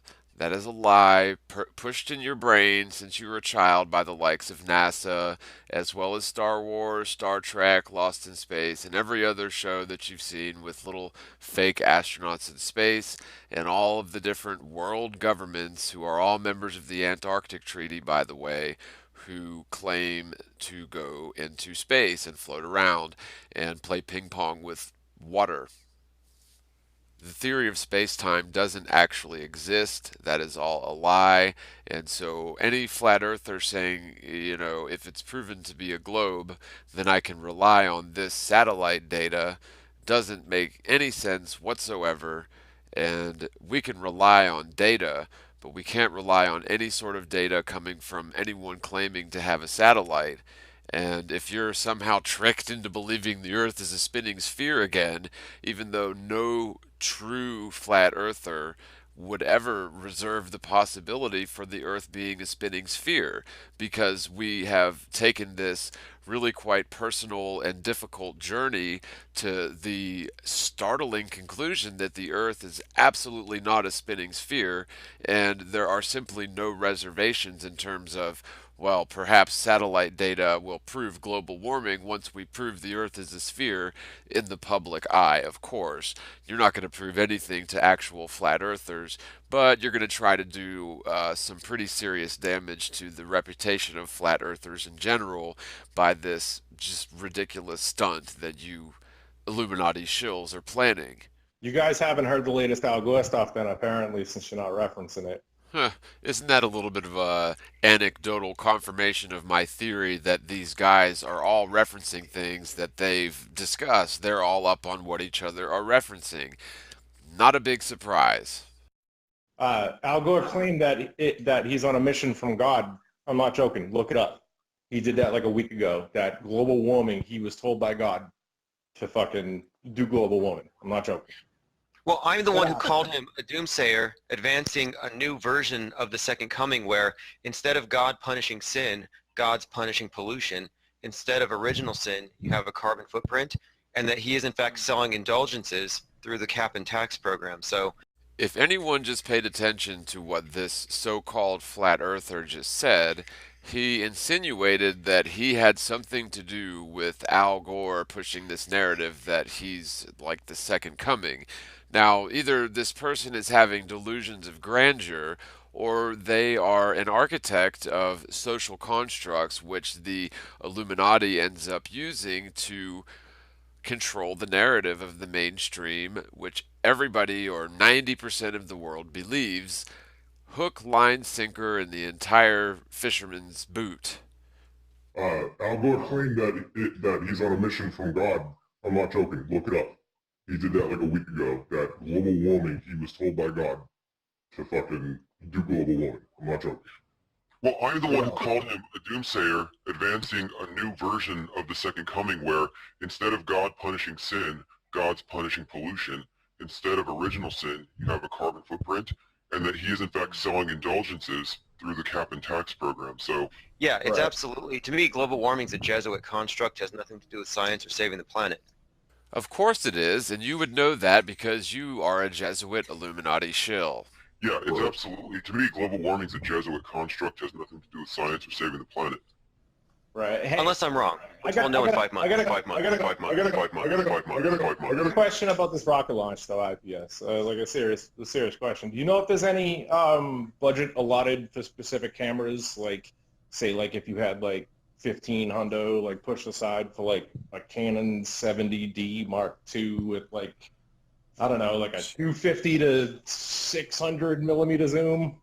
Just curious. I know that's a pretty fucking specific thing, but No, I barraged for a him third- questions like this, and he said that he'll answer them when he's on these longer talk show formats. Right. And he is going to have answers for that because all I wanted to know was, though, are you going to use a GoPro? And he said no. He's totally against using GoPro now. Well, at least you asked him that. Did you ask him, was he on his meds when he decided to take a steam rocket to the Kármán line? Right. he No, knows no, that my concern for that is that I would like to see comparable inference from a third party perspective, looking at this rocket going up into the air and the arc that is proposed as being either Coriolis force or because gravity's pulling it back down. That's what I'm curious about. He's not going Good, into orbit, good. though. Good Right, call. He's not so- going into orbit. That's Right, why right. they So, need a parabolic maneuver. Right. Just- So I'm curious about similar right. characteristics in both fucking rockets. I'm serious about this here. Like this is I'm being dead serious. So a third party camera looking up and having the ability to zoom in and stay on there, that is important to me. I make those You don't arguments a lot. Mr. B, you don't want zoom though, do you? I mean, you want the maximum field of view, don't you? I don't know if he's still here. I don't think one- you No. want zoom though. He took a smoke You- break. No, you'd want zoom because if you have like a if you have like a 50 millimeter zoom length or something like that, eventually something's gonna shrink so far down that it's only gonna be like 1 pixel big, and then it'll disappear. But if you have zoom, you can bring that back into full view. You know what I mean? But So then I'm the just Earth. Go ahead. he's going to give an explanation of his trajectory and the flight time, and he said it's only like 32 Okay. minutes. But Well, here's the crazy thing: we're going to find out when we see his plans. Is he accounting for the Coriolis effect or the rotation of the Earth or whatever? right. Right, and I'm Or, just asking that, not necessarily asking if you know per se, but putting a bug in the ear for, Well, he's not for going you north know. or south, first of all, and he's also leaving from the Earth, which he's going to have that reference frame. So, Right, but still, what I'm asking is if there's going to be a video from a third person perspective looking at it going up and zooming in. For I mainly, see. really, is all it is. And if there well, isn't a plan IPS will for be it, there. or right, if you don't know if there's a plan for it, or I'm really just trying to put a bug in the air. Yes, of course. They're going to send a cameraman up to 100,000 feet. Of course not. They are probably going to have cameras attached to the vessel, but you're certainly not going to be able to have a cameraman on the ground that sees something that's over 100,000 feet before it even takes off with its steam rocket. Really, more than anything, and maybe who knows? That would be I think that would be a beneficial thing for everyone. I got equipment. I'll come out with IPS. Maybe we'll have a road trip. Fucking Osmonds going to Cali, dude. That sounded really creepy. So the Osmonds are going to go on a road trip. Wow, I wonder what the Osmonds are going to do on that road trip. I'm down, dude. I'm down. Well, I'm certainly going this next launch in August. I'm going to go there in person, and yeah, I'll. You said bug in the ear, and I'll definitely make sure because we don't want to leave any room for doubt. I want this to be the final nail in the coffin of this debate, one way or the other. I want this to be the final nail in the coffin of this debate. Right. Okay. Thanks. That's what's up. So August is the big one from launching from California. No, that's not what's up. This stupid hoax event is not going to be the final nail in the coffin of anything unless flat earthers actually allow this to happen in our name. I submit that flat earthers should unite against putting any sort of sticker on such a cockamamie, half-baked plan. Yep. No, August is the one that's the world record for steam-powered rocket or whatever with the flat Earth sign on it. The big one will be a couple of months after that. Ah, gotcha. And they're both from Cali. Yeah, they're both going to be launching from the same place. I think it's called Amboy, California. It's What's kind of the goes date through. in August? I think it's going to be a Tuesday or Wednesday, so it's going to be 3rd or the 4th or the 5th. Okay. But yeah, we'll get more information soon. I've been on the phone with him every couple of days, and I'm getting him in touch with Jeranism and Glowbusters and everybody else who could possibly get him on. And Okay, something cool. else too for the future reference here, because we have a billboard going up in a minute in Tulsa, and so I have to go cover that. But all the billboards and all these different events, like we have a banner being pulled by a plane that says the Earth is flat and it's going to go over the beach right before the fireworks go off. That's a brilliant idea. Brilliant idea. It'll get people to look at flat Earth possibly, and then they will find ridiculous red herring arguments about it brought to you by the likes of the Flat Earth Society, and do no further research than that, because that's what most people do. Perhaps it will plant some seeds of truth into some people. However, if they're led down this rabbit trail to nowhere and put their faith in some ridiculous stunts instead of actually looking at the evidence, which involves the complete lack of curvature and motion of the Earth, then what good has it actually done? Okay, all these things are intended to do one thing: get people talking about it, because the more people know about it, the more likely it is we're going to come to a conclusion. And I want to make this issue a little bigger than it was. If you don't see the plan by now, let me spell it out. He wants to get a bunch of people talking about flat Earth in the media. Unless they're really good researchers, they're going to have to wade through a bunch of nonsense before they get to some actual, real good information proving the Earth to be a stationary plane. It is very difficult to find good information on this topic for a number of reasons. We won't get into those reasons, but you can speculate on that as you will. But he's obviously saying that he wants to get people looking at this so that when this thing collapses that he's orchestrating with the media and this alleged stuntman, then the more people are going to be laughing at flat earthers for a failed event, which is a hoax and a false flag to begin with. And I submit that flat earth should have nothing to do with any of these events, especially since they're being orchestrated by Illuminati shills.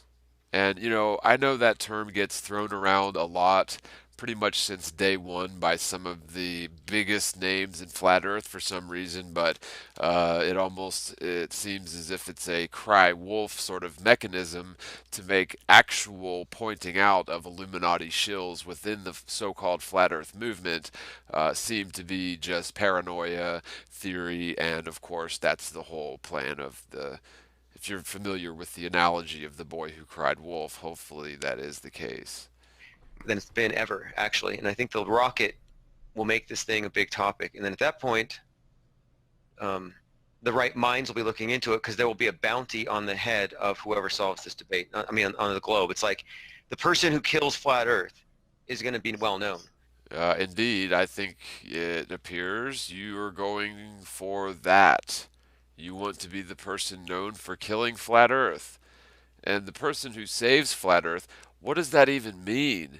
Kills flat Earth or saves flat Earth? The Earth is mother effing flat, and it's stationary. It's not spinning around on an axis either. So there is no killing flat Earth or saving flat Earth. This isn't a black and white issue like you Freemasons tend to put it. Everything is not Boaz and Jachin. Everything is not black and white. The earth is flat, and that's definitely black and white. It's not a spinning sphere. But to say that the truth can somehow be killed or saved is preposterous, especially when coming from a self-proclaimed flat earther who is not a flat earther but is actually an Illuminati shill. The person who saves flat Earth and kills the globe is going to be well known. So there's some kind of an incentive here, if you know what I mean. No, I think that I think it's a double-edged sword, and Yeah. I think, Yep. no, it's a good thing though because Ah. really, if you bring in people that could possibly believe in the flat Earth, they might believe it. That's fine, but you're also going to bring in, like, I've talked to people that are like very scientific minded, and I'm like, hey, dude, go check out Globusters this weekend, and then just call me or whatever. And so when we have more people that are scientifically minded in this debate, it is beneficial for the truth because we are dealing with the conspiracy crowd for the most part here, and we don't have many PhDs or people in fields that come on and actually talk to flat earthers. That is just abject nonsense. There are plenty of people who are credentialed in all sorts of things coming forward as flat earthers. That's the most ridiculous thing I've ever heard. Uh, and we don't need some degree toting parrot to come along and tell us the earth isn't flat some more. We've all heard that our entire lives. It's nonsense. And the people who do look at flat earth and realize that it is true are not believed.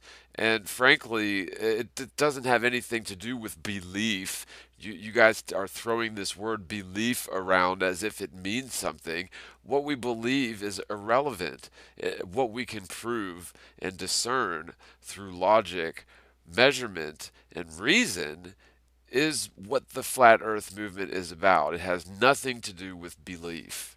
So maybe we will have more of that. Well, Maybe we will see some progression here. I think the tendency for people who want to believe in something and it to be right and thereby never change, and if they do change, it means they were wrong and then it's inferior, and some people's pride I don't think will allow for that, and I think flat earth has a very high preponderance of that, and the evidence for that is that there simply are people with PhDs in education who've come out and talked against the flat earth, and they get called they get defamed and slandered for basically being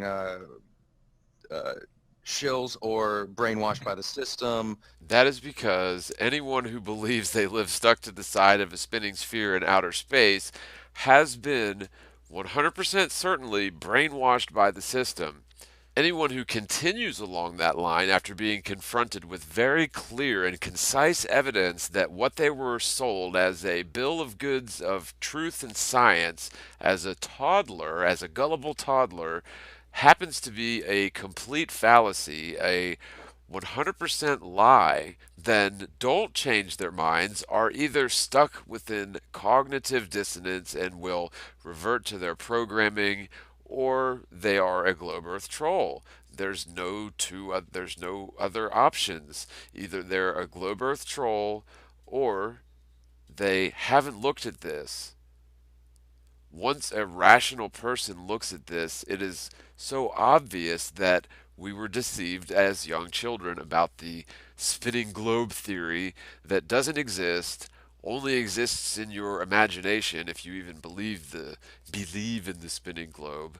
But regardless of what you or anyone else believes, the earth is definitely, verifiably a stationary plane, and certainly not a spinning sphere.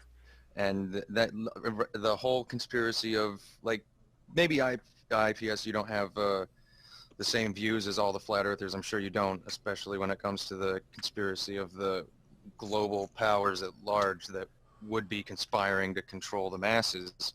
That is a very astute observation. Very astute. His beliefs on the powers that may or may not be controlling various causes, blah, blah, blah, blah. Yeah, his views on the Illuminati are different because he's in the Illuminati. He comes right out and tells you that. He puts it on his shirt. He tells everybody he's a practicing witch. We haven't even got to that part yet. Let's just keep going. But I think there's just no matter what the conclusion is, you said one way or the other we'll know. And what happens when you continue to say it's flat and we say, no, we disagree with what was seen? What happens then? Right, I know what you Then mean. you've There's just gotten a whole tendency- bunch more publicity. That's all that's happened. You would have they just call gotten the more ex- publicity. They'll call the experts shills or liars. Like you say, you have astronauts who are supposedly doing what they're doing and they're qualified, but they're just discredited automatically. So that is an obstacle. And my point here is that it's not going to be a flat earther that figures this thing out. Like I never thought it would be. Just because we figured this out doesn't mean we're experts on cartography. I just figure we draw attention to it and let the people who have the know-how move in. But where's the incentive? And I think one of the incentives that I might reach out to, because I'm going to be reaching out to different people to contribute to this thing, I'm going to say, hey, don't you want to be the geologist who brought this thing to a halt, or the philosopher, or the astrophysicist? This is a good way to make your name if you want to be attached to this event. Yeah, this is a great way to make your name in the controlled opposition hoax stunt event coordinated by Illuminati shills. Well, why wouldn't you release your real name then if you want to be attached to it? I don't. After July, I'm kind of going back into ghostwriting full time. Ah, so you're just a part-time flat earther using fake names and stirring up all kinds of drama and just setting up absolute nonsense as somehow being definitive proof one way or the other of flat earth theory or belief. And yeah, totally not transparent whatsoever there, Mr. Illuminati shill. Nice. I don't. So what is this experience for you? Why are you doing it? If it's not your main objective in life, I suppose. There's a number of reasons, and I'd probably write about that quite a bit, but I think a lot of it is I've always studied conspiracies, Where do you write about that? In the Masonic Lodge's records? and I've always debunked them on my own, but when it came to psyops and seeing how the media manipulates minds, I was like, okay, this is bigger than any of the conspiracy. This is about state-controlled propaganda influencing how the public sees the world. So when I came into Flat Earth, I was like, it can't be that bad. But apparently it seems to be. And I want to find out if it's that bad. Are we dealing with some hardcore propaganda convincing us that the world is, in fact, a spinning ball? Or is it? Like, I'm just trying to figure out if it's true or not. Yeah. Yeah, because flat earthers can't really figure out if this is true or not. We need some Illuminati shill to pretend to launch a steam rocket to the Kármán line. That's exactly what we need to prove this thing one way or another. Give me a break. In ghostwriting, are you anonymous in that as well?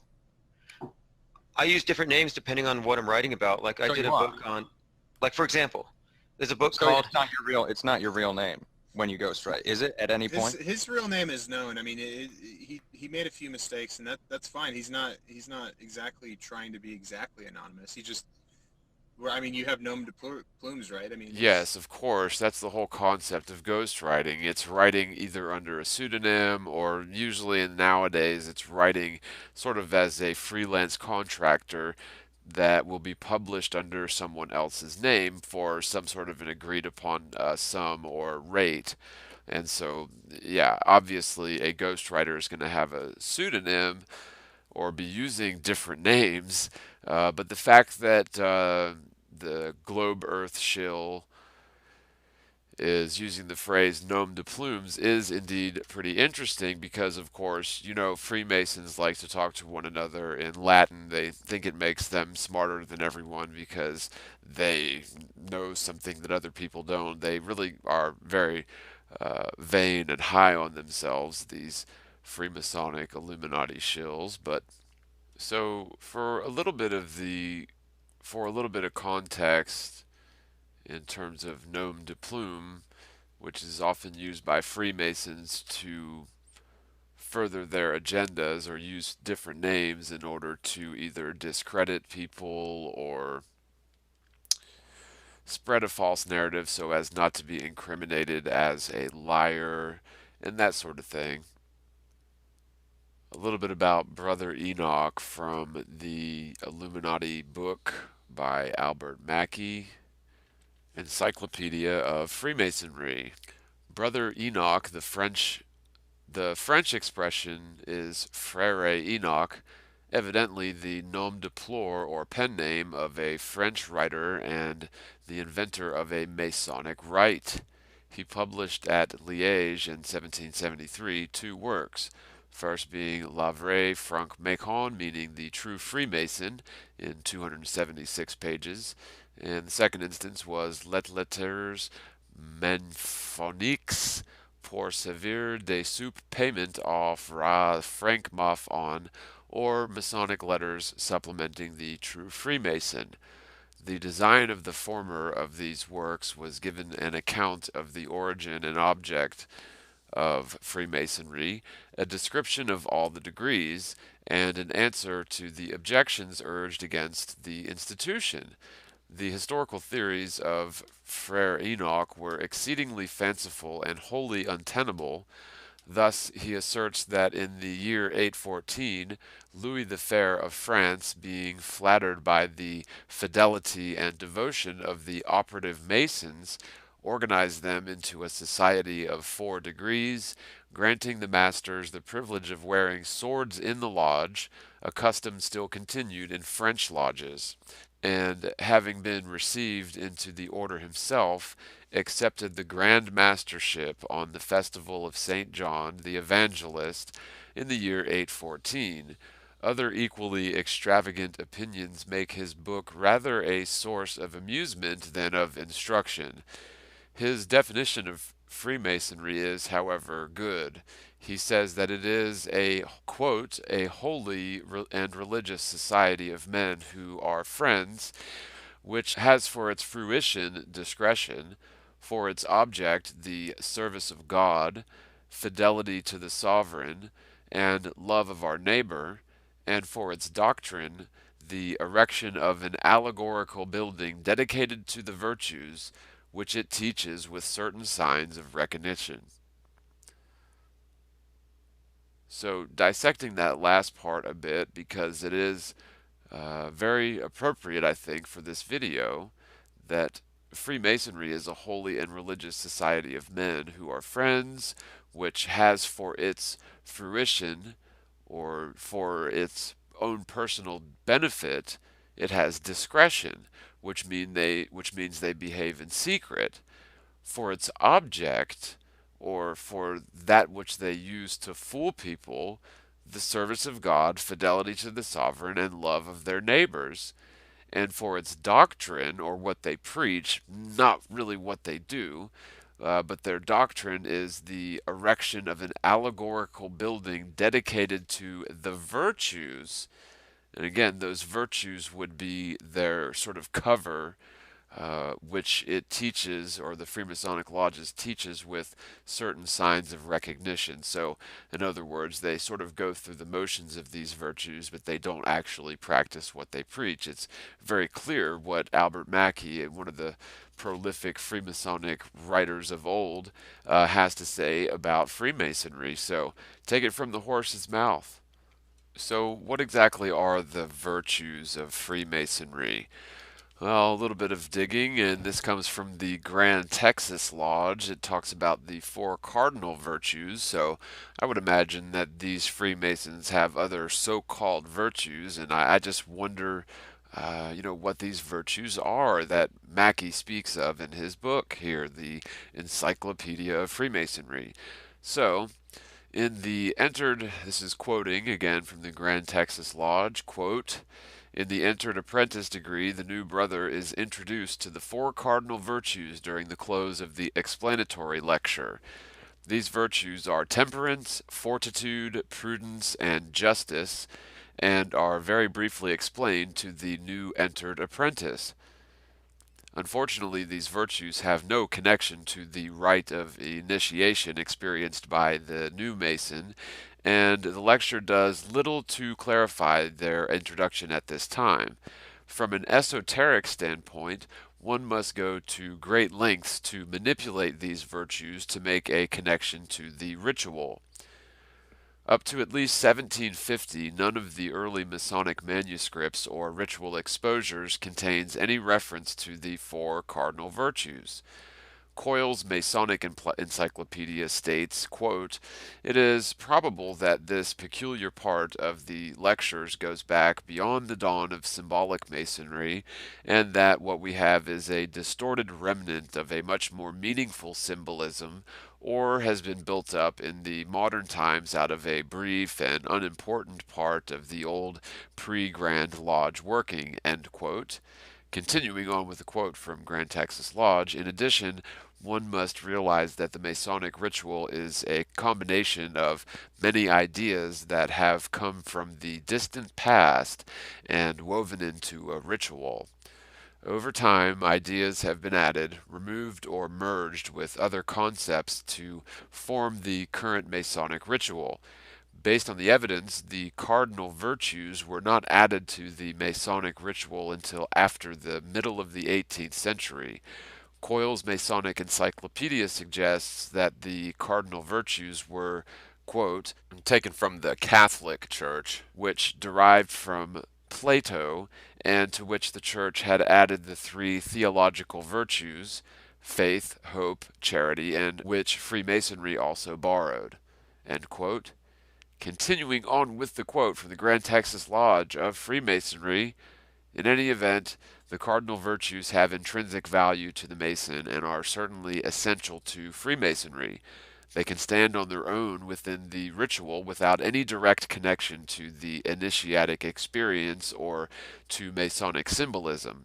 If you're not familiar with the initiation rites of Freemasonry, it's basically a blood oath. The Freemason swears essentially to secrecy, or they will be killed in excruciating and painful manners that get more and more bizarre as they progress up the degrees. So back to the quote anyway. The Texas Monitor of the Lodge provides an explanation of each of the four virtues. So this goes into a little bit more detail what they mean by temperance, fortitude, prudence, and justice. Temperance is that due restraint upon our affections and passions which renders the body tame and governable, and frees the mind from the allurements of vice. This virtue should be the constant practice of every Mason, as he is thereby taught to avoid excess, or the contradiction, or the contracting of any licentious or vicious habit, the indulgence of which might lead him to disclose some of those valuable secrets which he has promised to conceal and never reveal, and which would consequently subject him to the contempt and detestation of all good Masons. Temperance represents restraint. The Mason must control his passions and desires. He must practice restraint in all things and avoid excess. He must exercise caution in his action, speech, thought, feeling, judgment, and life. And breaking away from the quote a bit, this is why when the known globe Earth troll was busted at the Denver Flat Earth party, he claimed that he owns 3 houses of pot plants, and he literally pretends to smoke pot on his little silly podcast. He'll say, "Oh, let me light this real quick," and he'll go,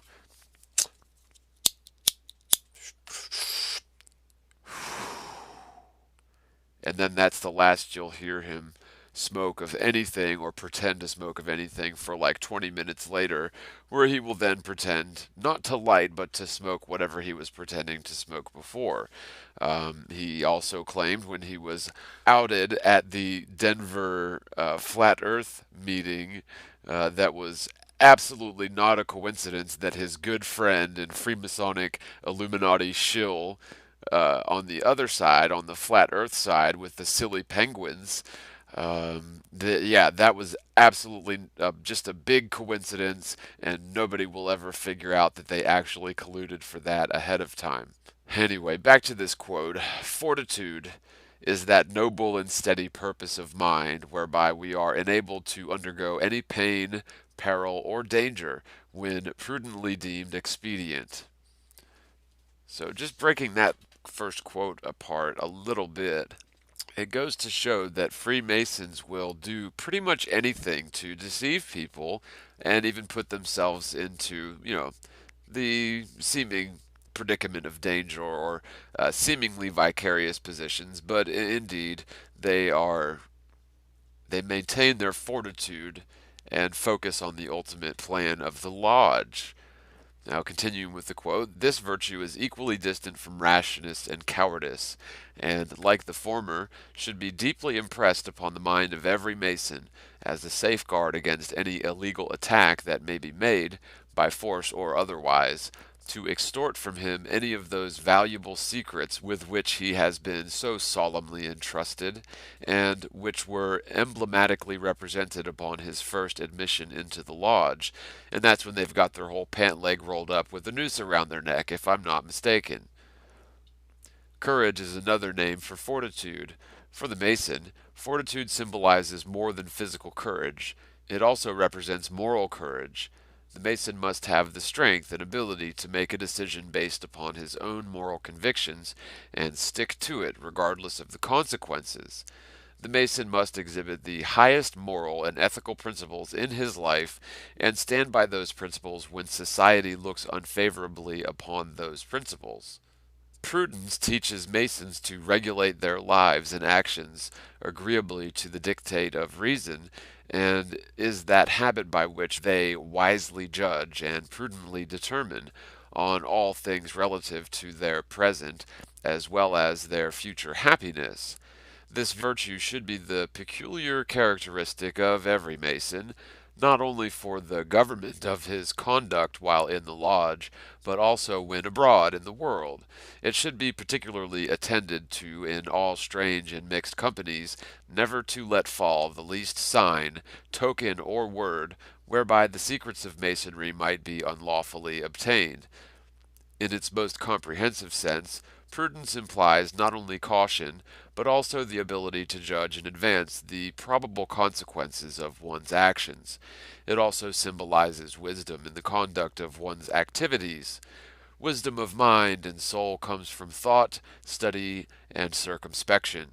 It brings the Mason closer to God.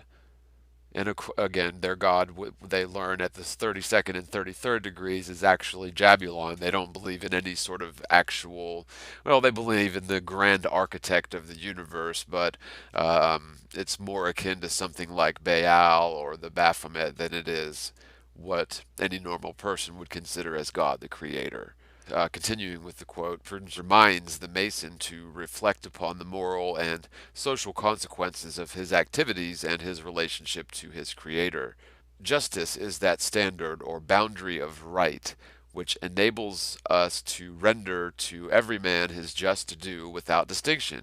This virtue is not only consistent with divine and human laws, but is the very cement and support of civil society, and as justice in a great measure constitutes the real good man, so should it be the invariable practice of every Mason never to deviate from the minutest principles thereof.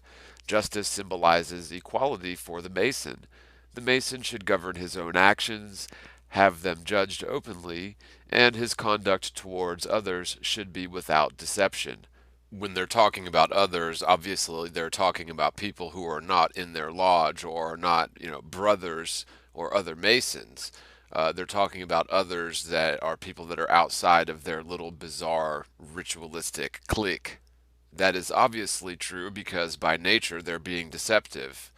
Resuming the quote, he should undertake actions because he desires and not because he is forced to. His actions should be unselfish and self sacrificing, which this is all very deceptive the way that they write about their virtues because it already clearly stated in the Encyclopedia of Freemasonry by Mackey, which I quoted earlier, that their virtues are merely a doctrine. It's something that they preach. They got it from the Catholic Church, and they don't actually live by these, but they pretend to. So it's really no wonder that they would have, well, they do have some hidden messaging if you read between the lines on these so-called virtues. But again, this is not for the Masons to actually practice. It's for the Masons to outwardly display. But again, that is just a facade because they are by nature deceptive. That last one, Justice, says that they should be without deception, but they swear an oath to never reveal the lodge secrets, and that at the very core means to be deceptive. So anyone who becomes a Freemason and doesn't realize this, it's because they are misled about these virtues being actual practices of Freemasons as opposed to the doctrines. And so when you have lower level Freemasons that are 100% innocent of any sort of malfeasance or plotting to take over the world or plotting to kill flat Earth, you do have higher level Masons that are aware that these virtues are nothing more than a clever disguise for their actual clandestine activity. Be exactly anonymous. He just, well, I mean, you have nom de plumes, right? I mean, it's Yeah, kind of with what writers ghostwriting, do. yeah, with ghostwriting, it goes under the name of the published author, whoever's the public face of it, and then generally in the forward or whatever, in the intro, they'll say, for so-and-so. They'll give you some sort of a thank you. But But nobody knows your real name, so that's sort of irrelevant. no, when I do that, I sell the work, and I don't have any attachment to it after that. But I like that life better. I like being quiet and alone. This has just been a strange diversion I didn't plan on. Yeah, very, very funny stuff there. Very funny. Flat Earth is not a strange diversion. How can the truth be a strange diversion? What sort of flat Earth proponent talks like this? What sort of flat Earth proponent actually gets along with the biggest, the most well known, infamous globe Earth troll like this guy? I mean, come on, give me a break, people. A strange diversion I didn't plan on. No, Yeah, I you can. seem kind of you seem like the kind of a homebody, but like well read and I don't know. I think that you excel at things that you're interested in, and I do the same. I gotta tell you guys, I mean, this guy here, this flat earther, is gotten more compliments from the globe Earth troll here, the most well known globe Earth troll in the world. He's gotten more compliments than I've ever heard him say in ever. Not that I sit around listening to these people much, but for a flat earther to get so many compliments from Timeo, give me a break, people. You've got to see through this, right? Uh, And I don't know. I think that you excel at things that you're interested in, and I do the same. And I guess we're both kind of interested in the conspiracy and the. you're both kind of interested in the conspiracy. First of all, flat Earth isn't a conspiracy. It's not a theory either. It happens to be the truth, and the truth cannot be a theory. And I wouldn't really call dedicating your entire life for at least the last 2 years, Timio, to trolling flat earthers kind of interested in conspiracies, it seems like you are extremely obsessed with discrediting flat earthers, and that's the way that you've been for the last at least 2 years in terms of your public persona, that where you don't even use your real name. So, if there are any actual flat earthers out there who believe it's not at least sorta odd that Timeo, the biggest globe earth troll in the world, is not only agreeing with, but going out of his way to give multiple compliments to this so called flat earther. I mean, just think about this for 10 seconds, people, and answer the question to yourself. Do you trust this situation here at all? I think that you excel at things that you're interested in, and I do the same. And I guess we're both kind of interested in the conspiracy and the sociology and the psychology of this crowd and such. So I Right. understand where you're coming from, but I just think that you're obviously misled with the flat Earth idea, but you're actually doing something about it. So I really don't have a problem with it. Oh, yeah, that was a very thinly veiled threat that nobody would ever catch on to. So you say you're misled about your belief in flat Earth, essentially, but that you think what he's doing is great because he's actually doing something about it. So this is as if to say that all of the thousands and thousands of people who have been putting their necks on the line, ruining their relationships, trying to promote flat Earth within their own inner circles, have somehow not been doing anything but putting up a billboard which attracts a daredevil who is going to do some ridiculous fabricated hoax event is somehow doing something about flat earth, funneling people into this ridiculous notion that spreading memes with penguins, which nobody else knows what they mean but a specific cross section of flat earthers in air quotes, is the most ridiculous thing I've ever heard. Hopefully, this will be the nail in the coffin. I think if it does show curvature, there will be a lot that say "fuck this" basically. But I think that this is going to be a little niche group, a little cottage industry for years to come, really. If it does show curvature. That's the only time I've really heard Timeo mention curvature in this conversation, or really anyone mention curvature in this conversation. But again, we don't need to send a steam rocket to the Kármán line uh, in order to prove the lack of inverse square curvature to the Earth. The lack of curvature has been proven with or without this cockamamie scheme. The lack of axial rotation or orbital motion of the Earth has also been disproven, completely independent of this cockamamie scheme.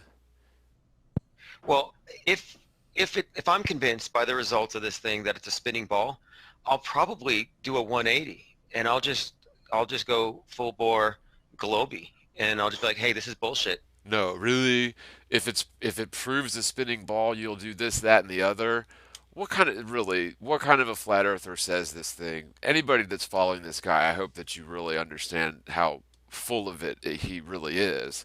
And if you don't see through this by now, I doubt you ever will. But it still gets even worse. Let's stop this.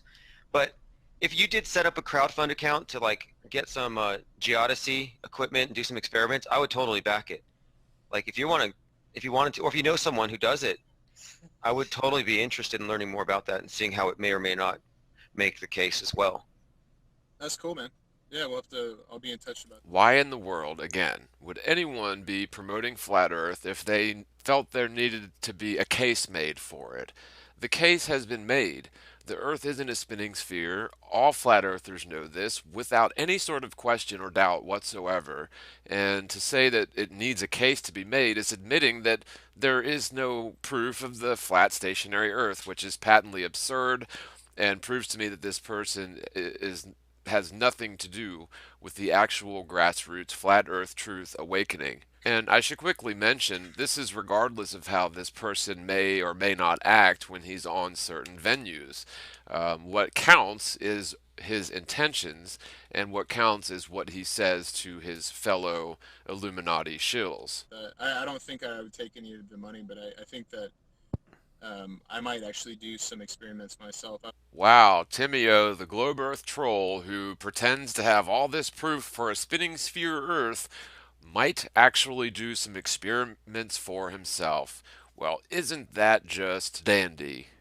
I was actually on a mountain in Boulder not too long ago with the theodolite doing the eye level test and whatnot. So I might do that on my own actually, just Well, for. Ooh, the eye level test using a theodolite. You mean the eye level test using convex lenses which cause the horizon to appear to drop in the viewfinder. However, that has to do with the shape of the lens as well as the shape of the atmosphere and has nothing to do with the shape of the Earth. on one note before I go here, it's not really about the money, but it's about every person who invests suddenly has an interest in the outcome. And that's kind of my angle. Like, I would rather have 100 people donate 20 bucks a piece to this rocket than have one big donor step in. Well, actually, you'd need 100 people to donate $78 apiece to get the nearly 8,000 that you're looking for. But even say you get 200 people to do it.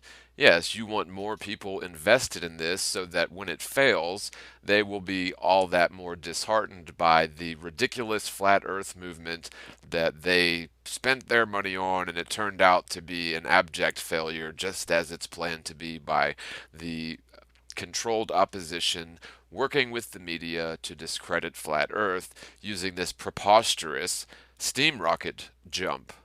Because I want all these people invested in it, involved in it, because we want this thing to go viral, because it's all about getting people to talk about this issue. Do you hear that, folks? The Illuminati wants this issue to go viral so that people will start talking about it, so that it can be discredited by the media, so that the people talking about their beliefs and theories will be completely and utterly the laughing stock of the world when this ridiculous and preposterous flat earth rocket jump to the Kármán line using a steam rocket fails.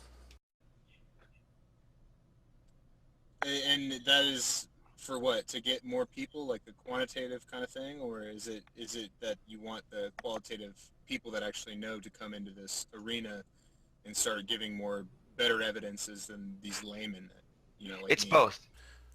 Okay, so let's just break that down a little bit. Basically, what Timio is asking the Flat Earth shill is whether he's looking for masses of people or experts that will come out to debunk this, and he answers both. Now, the other thing that Timio said was layman, which we all sort of maybe throw that word around a little bit, but if you know anything about Freemasonic brotherhoods, they refer to each other as either Ascended Master, Grand Master, or Brother, or anybody that's outside of their little clique, they call layman. So it's not a big surprise that the Illuminati flat earth shill didn't say anything about the fact that there are lots and lots of very smart, educated people who have definitely proven flat earth 100%. It doesn't need to be proven any further. He just goes on and says he wants both. Now, the reason that is again, he wants lots of people talking about this, and he wants experts to be rolled out that will ultimately discredit the thing as absurd, which again, this effigy of flat Earth is indeed absurd, and it will easily be debunked. This whole thing that they're trying to accomplish, which has nothing to do with the curvature or lack thereof, or the motion of the earth or lack thereof. It has everything to do with this public spectacle, which is intended to get people talking about the issue so that it can be horribly discredited and the laughing stock of the world when their plans come to fruition. It's both. I want the question raised by enough voices so that people know, okay, it's not settled science yet. It's not settled science yet. Seriously, you guys already know what no flat earther talks like this. It is settled science, and to somehow marry the concept of flat earth proof hinging upon this ridiculous stunt is exactly the narrative that they want to craft, not with existing flat earthers. That notion is absurd to existing flat earthers. However, we're talking about crafting a certain narrative for the public eye only, making flat earthers appear to be the laughing stock of the world. And then that pressure will result in the people who can make the case one way or the other to actually take this thing seriously and make the investigation happen. Make the transvestigation and happen? I mean, make the investigation happen? Really? Make the investigation happen. Well, what has the last 2 years been? We don't need any more PhDs telling us they believe we live on a spinning sphere. That's all this stunt is going to pull, and again, it's going to be a conversation sparked in the public eye with complete incredulity, making the flat earthers appear to be completely incompetent by trying to launch a steam rocket to the Kármán line and possibly killing this alleged stuntman in the process. Yeah, exactly. There's just, like I said, it's the conspiracy crowd, and like there's you have to be kind of told about flat Earth. You have to be even watching YouTube videos, and some people don't even do that. So when they start looking and seeing flat Earth, I mean, dude, you've seen it in the mainstream. They've been pushing it. It was in It's Always Sunny. It was in like South Park. It's been for the past 2 years pretty much in our face, and that's why people like me, I think that it's some kind of a psychological operation because it's Shaq comes out and Kyrie Irving and all these people, and it seems, because I followed the history, obviously just being a part of it, it seems like when there's a lull in flat Earth, something big will happen, like Shaq or Kyrie Irving or something. So there seems to be somebody with the finger on the pulse of this whole thing, and somebody's trying to push it for whatever reason. And there's history of Freemasons pushing this meme Yeah, I would not be surprised, and I'm not surprised that you know that, because you guys are all Freemasons. back in the 20s and the city of Zion and all this kind of shit. So that's why I question it. I mean, I'm still conspiratorial minded in that regard.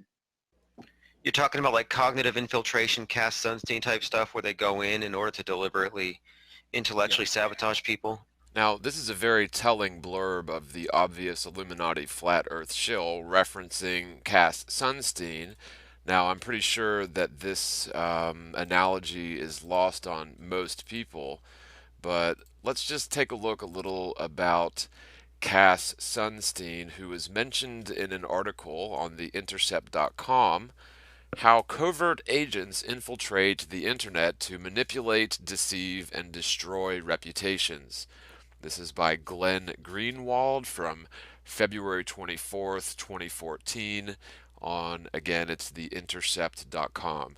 Quote, one of the many pressing stories that remains to be told from the Snowden archive is how Western intelligence agencies are attempting to manipulate and control online discourse with extreme tactics of deception and reputation destruction. It's time to tell a chunk of that story, complete with the relevant documents. Over the last several weeks, this writer here worked with NBC News to publish a series of articles, and all of this is linked up. I will put a link to this article in the description as well. Returning to the quote, again, over the last several weeks, this writer here worked with NBC News to publish a series of articles about, quote, dirty tricks, tactics used by the GCHQ's previously secret unit. JTRIG, which stands for the Joint Threat Research Intelligence Group, and that's actually mentioned, I believe, later on in this conversation here. Now, these references, which are linked up in the article that I'm referencing here, were based on 4 classified GCHQ documents presented to the National Security Advisory and the other 3 partners in the English-speaking Five Eyes Alliance. Today, we at The Intercept are publishing another new JTRIG document in full entitled The Art of Deception, Training for Online Covert Operations. By publishing these stories one by one, our NBC reporting highlighted some of the key discrete revelations. the monitoring of YouTube and Blogger, the targeting of Anonymous with the very same DDoS attacks they accuse, quote, hacktivists of using, the use of, quote, honey traps, or luring people into compromising situations using sex, and destructive viruses. But here I want to focus and elaborate on the overreaching point revealed by all of these documents, namely that these agencies are attempting to control, infiltrate, manipulate, and warp online discourse, and in doing so are compromising the integrity of the internet itself. Among the core self-identified purposes of JTRIG are two tactics.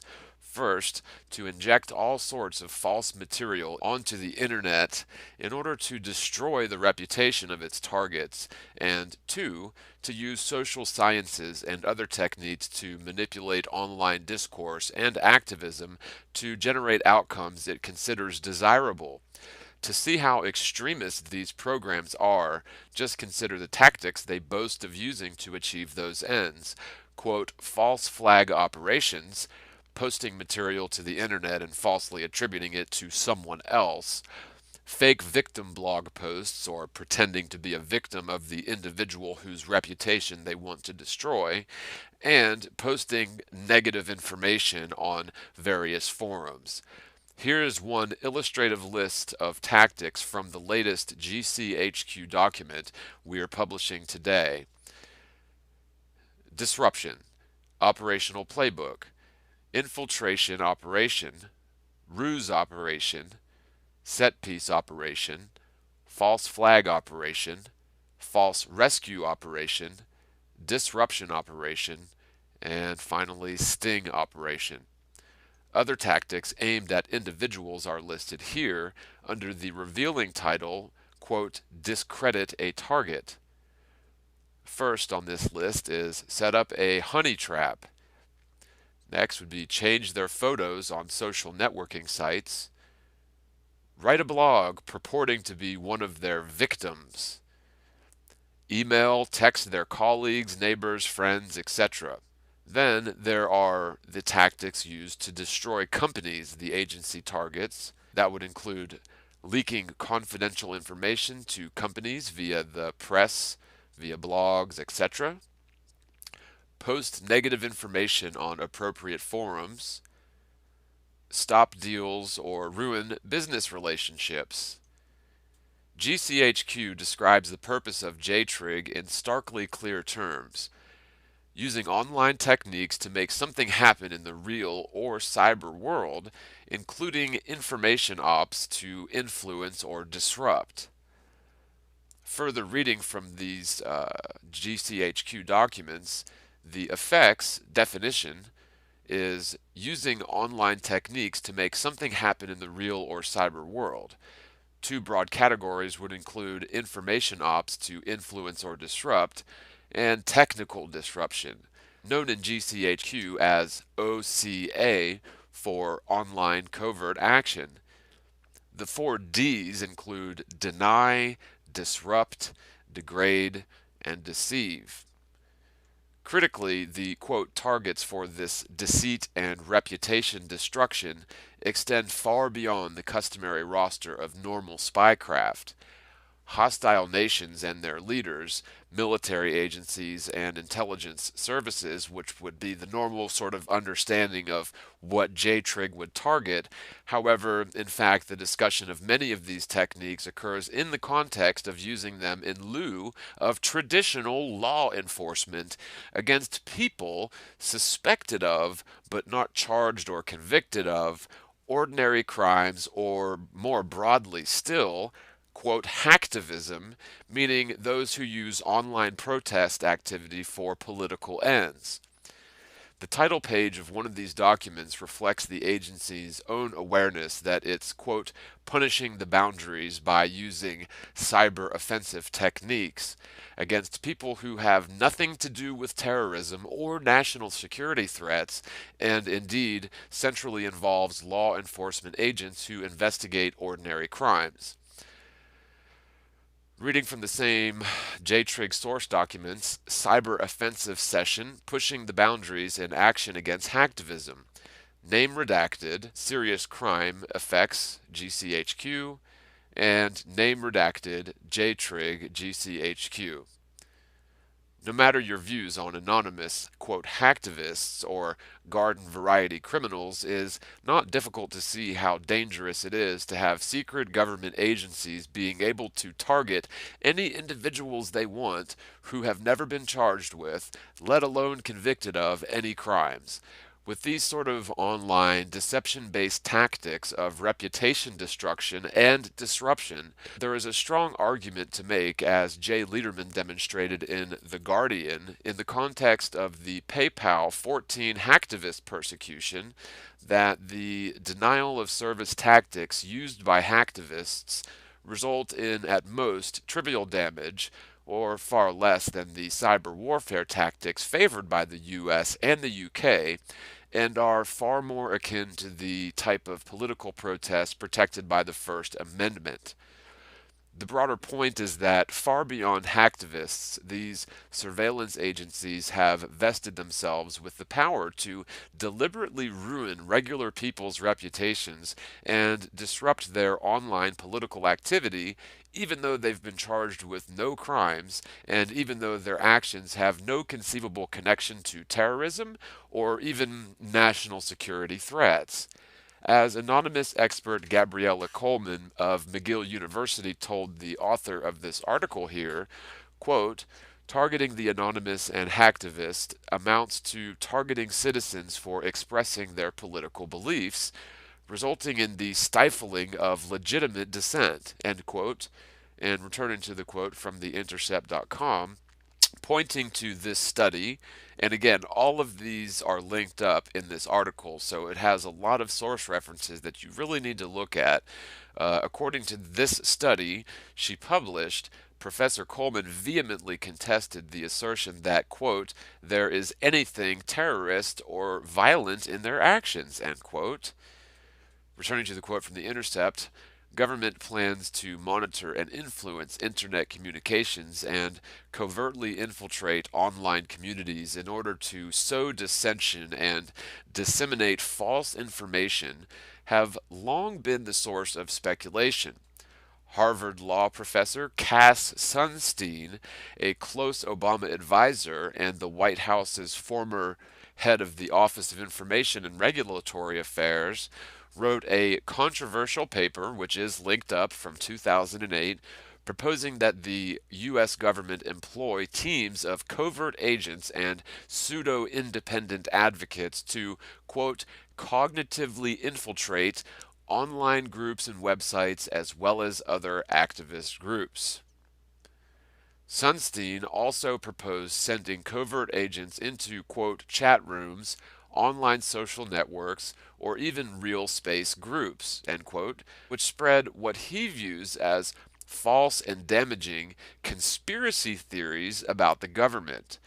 Ironically, the very same Sunstein was recently named by Obama to serve as a member of the NSA review panel created by the White House, one that, while disputing key NSA claims, proceeded to propose many cosmetic reforms to the agency's power, most of which were ignored by the president allegedly, who appointed them.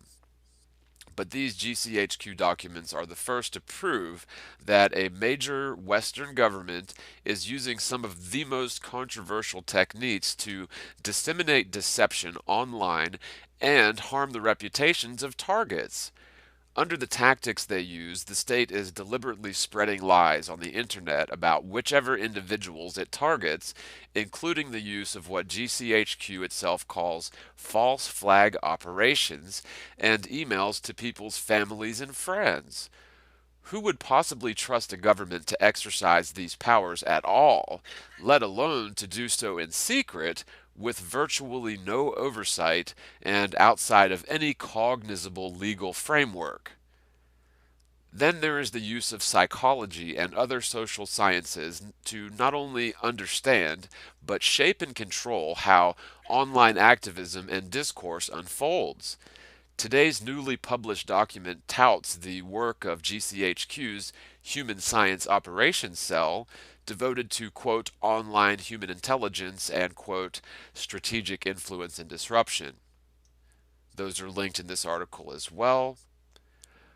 Under the, quote, title Online Covert Action, the document details a variety of means to engage in, quote, influence and info ops, as well as, quote, disruption and computer net attacks, while dissecting how human beings can be manipulated using leaders, trust, obedience, and compliance. Now, I'll throw up some slides of these documents and you can look through them at your leisure. I'm not going to go through all of these instances here, but it is pretty interesting to see the sociological constructs they have in order to mind control people using this J-trig tactic. It's all in black and white here, folks, and these are declassified documents. And if any of this seems familiar when you're considering the obvious flat earth Illuminati shill and what he does on his channel, then his tactics are really no surprise. Continuing with the quote, the documents lay out any theories of how humans interact with one another, particularly online, and then attempt to identify ways to influence the outcomes or, quote, game it. We submitted numerous questions to GCHQ, including 1. Does GCHQ in fact engage in, quote, false flag operations where material is posted to the internet and falsely attributed to someone else? 2. Does GCHQ engage in efforts to influence or manipulate political discourse online? And 3. Does GCHQ's mandate include targeting common criminals such as boiler room operators or only foreign threats? As usual, they ignored those questions and opted instead to send their vague and non-responsive boilerplate or rubber stamp, quote, "It is a long-standing policy that we do not comment on intelligence matters. Furthermore, all of GCHQ's work is carried out in accordance with a strict legal and policy framework which ensures that our activities are authorized, necessary, and proportionate, and that there is rigorous oversight, including from the Secretary of State," and, quote, real quick for a bit of commentary, including from the Secretary of State, who used to be Hillary Clinton and is now Rex Tillerson, the former CEO of ExxonMobil. So, if we're supposed to have any sort of trust that the Secretary of State giving oversight to these J-trig, covert, illegal, unconstitutional actions, socially manipulating the world via the internet using really deep psychological tactics, is not comforting in the slightest. Hillary and Rex Tillerson certainly couldn't be trusted to make a proper sandwich, let alone oversee covert tactics used on the American people by covert government entities. So, continuing on with the article, quote, these agencies' refusal to comment on intelligence matters, meaning talk at all about anything and everything they do, is precisely why whistleblowing is so urgent. The journalism that supports it is so clearly in the public interest, and the increasingly unhinged attacks by these agencies so easy to understand. Claims that government agencies are infiltrating online communities and engaging in false flag operations, which is their own definition of their behavior, to discredit targets are often dismissed as, quote, conspiracy theories, but these documents leave no doubt that they are doing precisely that. Whatever else is true, no government should be able to engage in these tactics. What justification is there for having government agencies target people who have been charged with no crime for reputation destruction, infiltrate online political communities, and develop techniques for manipulating online discourse? But to allow those actions with no public knowledge or accountability is particularly unjustifiable. End quote.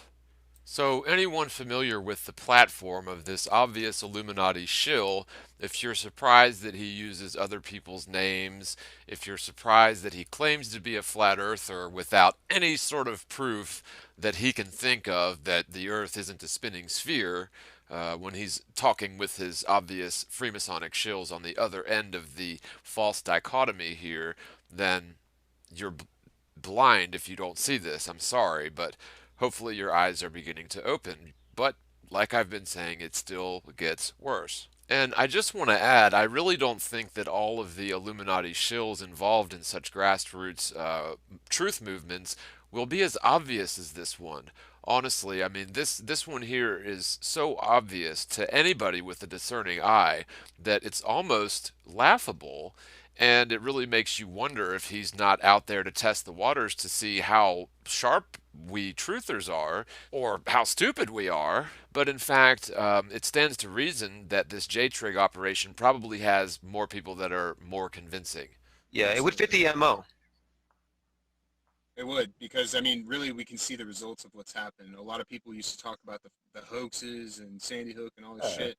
And then when they found the flat Earth, they pretty much primarily focus on the flat Earth and all this drama and shit. Focus on the flat earth and all this drama.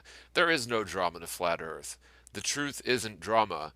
What these sort of trolls and industrialized trolls and people using really deep psychological manipulation on unsuspecting truthers, literally hypnotizing them, literally using these J-trig tactics, probably to ends that we'll never truly know the depths of. It is just so in your face, it's preposterous. So Well, it worked. If it all was you a need to scam. do is look at the blueprint for cognitive infiltration. Do you notice how they're sitting around joking about cognitive infiltration? Well, let's just talk a little bit about cognitive infiltration. Cognitive infiltration is a term coined by Cass Sunstein and Adrian Vermeule to refer to the use of government and third-party cognitive provocateurs and front groups to infiltrate social networks, other online groups, and real-life groups built around conspiracy theories. They use the term mostly in reference to the 9/11, and by the way, this is quoting Rational Wiki, link in the descripts, reference to the 9/11 conspiracist culture. In response, David Ray Griffin wrote a book entitled Cognitive Infiltration, once again railing against the official conspiracy theory. Critics have noted that various aspects of this strategy are illegal and similar to the FBI's COINTELPRO and the Bush administration's use of independent analysts, so called, and paid off pundits. Truthers can now write off anyone who debunks their conspiracy theories as merely cognitive infiltrators, which they have done before, though. The tendrils of cognitive infiltration have wound their way into every aspect of society. Even WikiLeaks is an attempt at cognitive infiltration by Sunstein through the use of limited hangout. And again, that is the rational wiki definition. However, I would submit that what we're witnessing here is people involved in cognitive infiltration, which was laid out very nicely in the article that we just read through. So it's no coincidence that these people are dropping names like Cass Sunstein and laughing about things like cognitive infiltration, which fairly accurately proves that these guys are in on it. Nobody else sits around and jokes and laughs about this sort of thing unless they're in on the joke. But of course, they're relying on the fact or the assumption that the truther community is full of a bunch of idiots because people are actually following along with this really quite obvious Illuminati shill. In the 90s, it was the militias was the big thing. Now, my father-in-law, he lives in my house. He was a cop in OKC for like 20 years. And he used to talk about, oh yeah, these militia movements and blah, blah, blah. He's like, what they didn't know is that 80% of them were all feds that had no clue that each other were feds. Now, what does the average person think that this upside down headed person is talking about when he says his uncle was an OKC Fed and 80% of the people who were basically working against the local militias, they didn't know, 80% of them didn't know that one another were all OKC feds. So this is a link from the Kansas City or OKCFed.org. An OKC Fed would be a Federal Reserve law enforcement officer. And it says the qualifications for an OKC Fed is a high school diploma or equivalent and at least 1 year of armed law enforcement, military, corrections, or security experience. Other requirements: applicants must be at least 21 years of age, have a valid driver's license, possess good interpersonal and customer service skills, have basic computer skills including email and Word, complete successfully a pre-employment psychological examination where I submit that these psychological examinations are used to find and promote psychopaths in such fraternal organizations. And I also think it's safe to assume that you must be an Illuminati shill to become an OKC Fed. Because, of course, we know that this whole thing is very much generational. That's just my opinion.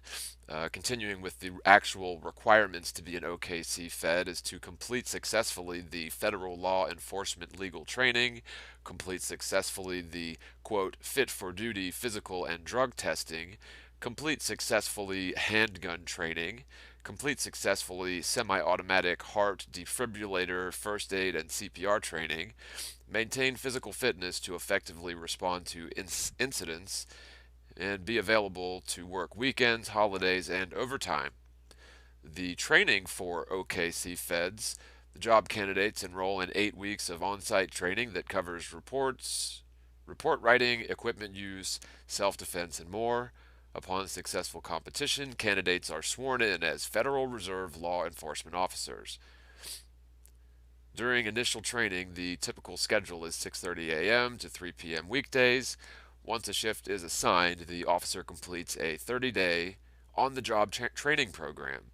Officers typically work a fixed shift, which may include weekends.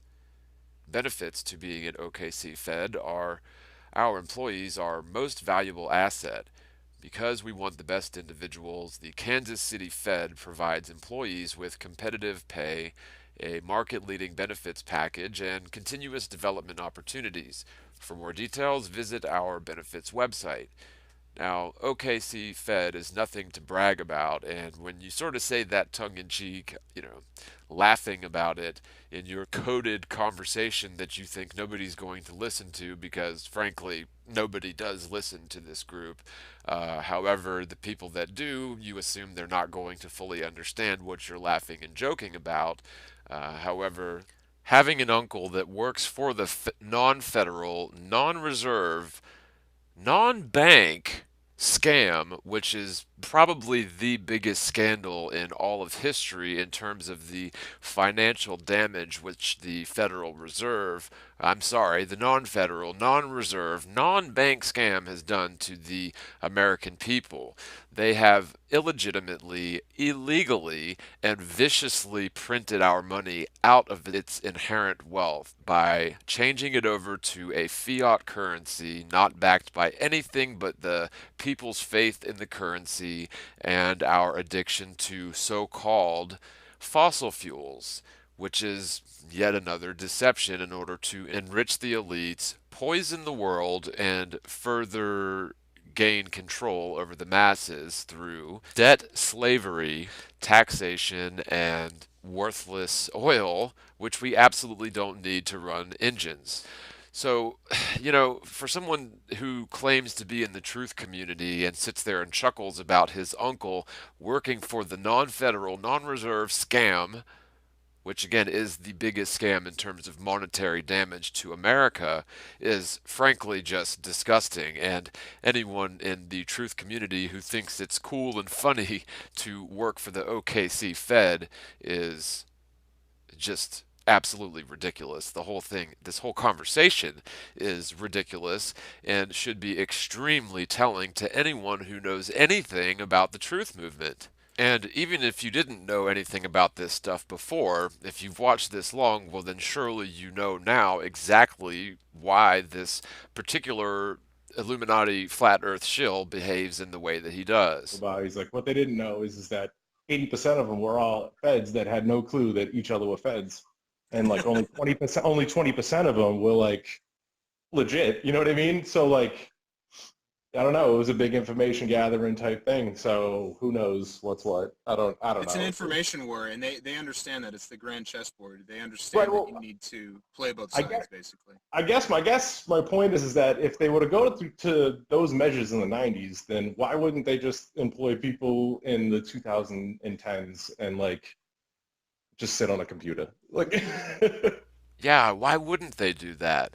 Oh, wait a minute. They are. And it isn't they, it's you. You're sitting there doing that right now. So, the hidden in plain sight stuff does not work, and you Illuminati shills can sit there and chuckle about your ridiculous tactics all day long. In the end, the truth is going to win this, and the deceivers are going to be completely caught with their pants down. For example, this very video which you're watching. They do. There's J Trig, and there's all kinds of there's all Jewish kinds trolls of I things. hear. There's all kinds Yeah. of things, dude. Indeed, there is JTrig, and JTrig operations are exactly what you people are participating in now, laughing about it in front of people's faces because you think that we're too stupid to realize it. But I think it's funny when I'm called a Isn't that an what we agent are? or yeah, we're globe shills. I will say, at least they're being honest. He just said he was just talking about JTrig and this, that, and the other, and how that's all out there. And the other one said, that's what we are. And he said, yes, that's what we are. We're globe Earth shills. So it's fairly obvious that these people are in collusion. And if you haven't gotten that now, it actually continues to get worse if you can believe this or not. Nah, dude, We're it's actually just it's not. funny because we're actual truthers, like trying to bring what we think is the truth to Yeah. people that call themselves truthers that completely have blinders on and shut off any information to the contrary of their new belief. Having blinders on to anything contrary than their beliefs would strictly apply to people who believe that the Earth is a spinning sphere. Anyone who believes they live stuck to the side of a spinning sphere in the vacuum of space is necessarily not thinking. So to say that that's what you are as a truther is abjectly ridiculous. Nah. So Tim, We're all just lappers. We're all just live action role players. Tim and I have some disagreements we need to flush out. Yes, I'm sure that you guys have disagreements that you need to flush out. yeah, well, you I'm the haven't one. been around the conspiracy crowd. You have no idea what's going on. Go ahead. I'm the one that Oh. started the J-Trig thing. I started saying that all of the trolls are to be considered J-Trig until proven otherwise because that's how you behave. Wow, isn't that clever of you to call the trolls J-Trig? Because part of J-Trig is to discredit actual people in the truth movement. Huh, very funny. J-Trig until proven otherwise because that's how you behave. I don't have any evidence that's what you are, but we're just assuming it. So that's why I've called you all flying monkeys, New World Order sock puppets, and Agent Smiths and Agent Smithettes. Yes, according to this flat earther, we have no evidence of anything except for all of the evidence that people have been working very hard to get into the public eye without a bunch of Illuminati Freemasonic shills muddying the waters of the discussion with their abject nonsense and extremely divisive, manipulative psychological tactics. Might as I well, like it, right? dude. Sometimes I tune in. I'll just troll your chat for a second just to hear you talk about me, dude. It's hilarious. I bet it is hilarious because, according to what I understand, this alleged flat earther is responsible for doxing the wrong guy and pinning the tail on the donkey for some innocent person who has nothing to do with flat Earth or the round Earth, sphere Earth debate, whatever. And this whole thing was orchestrated by the Freemasonic Illuminati shill posing as a flat earther. He actually doxed the wrong guy, and his minions proceeded to physically harass this actual innocent person, which now categorizes flat earthers as a threat, a real threat to innocent people's pursuit of life, liberty, and happiness. And so, anyone following this obvious Illuminati shill and going and acting violence, whether that's physical violence or psychological or personal defamation of character of some innocent person, is 100% in the wrong here. I don't mind it, man. I think we have a very interesting and very interesting relationship. And I think when this whole flat Earth sophism Trojan horse psyop meme is done and figured out, I think that maybe we will be good friends for years to come. Well, one of the things I want to make it a point to do is get rid of this us versus them mindset, because that is classic cult thinking. And no matter what the debate is, if it's pro-life, abortion, flat earth, round earth, whatever it is, I don't think it makes sense to make your opponents as enemies and then put up that emotional wall there. And so I'm like, that's just a bad sign. I saw that early on. Yes, that sounds very genuine and honest of you. However, your group's only tactic is dividing and conquering. You people are literally caught red-handed using the classic Hegelian dialectic in order to destroy grassroots movements and control the narrative of history. And it isn't funny at all. You people aren't slick or clever at all, not even in the slightest. And hopefully the viewer can see this. That's why Yeah, I I don't mean, hesitate to talk. but your channel is like the communist flat Earth channel. I mean, with all the No, the no, there's no rules, communists. There's no communists there. all the rules. That, Like you can't do shit or you're banned. You're gone, dude. Here's, Your well, channel, nah, here's why I say there's no communists there, because every time I fucking make a comment in IPS's chat that's like a fucking, oh, this comrade's getting a helicopter ride. This dude always is like, head upside down head says this, and fuck that, and fuck commies, all right? yeah, his chat reminds me of communism and organized religion. well, All what that I'm going fucking for way. is more like Mussolini-style fascism. There you go. You know what's really funny about this is that he's actually telling the truth. If you've ever been to one of this character's chat rooms, it is exactly like Mussolini fascism in an online sort of sense, with regards to the fact that they silence dissenters, bash anyone who goes against their minions or the leader of their Mussolini cult. When somebody is speaking of Mussolini fascism, we'll get into that real quick, but just to touch on the phrasing of flying monkeys, it's a phrase used in popular psychology mainly in the context of narcissistic abuse. They are people who act on behalf of a narcissist to a third party, usually for an abusive purpose. Enablers just allow or cover for the narcissist or abuser's own bad behavior. And so the fact that he's mentioning all of this stuff, using the term flying monkeys in jest, giggling with well-known J-Trig trolls, really is telling about his personality and the tactics that this person is using to really manipulate a lot of innocent and well-meaning people. And it is something that needs to be exposed and understood by the community at large. In 1919, Mussolini founded the Fascist Party. Benito Mussolini, an Italian World War I veteran and publisher of socialist newspapers, breaks with the Italian socialists and establishes the nationalist Fasci di Combattimento, named after the Italian peasant revolutionaries, or, quote, fighting bands from the 19th century. By the way, this is quoting history.com. We'll put a link in the descripts.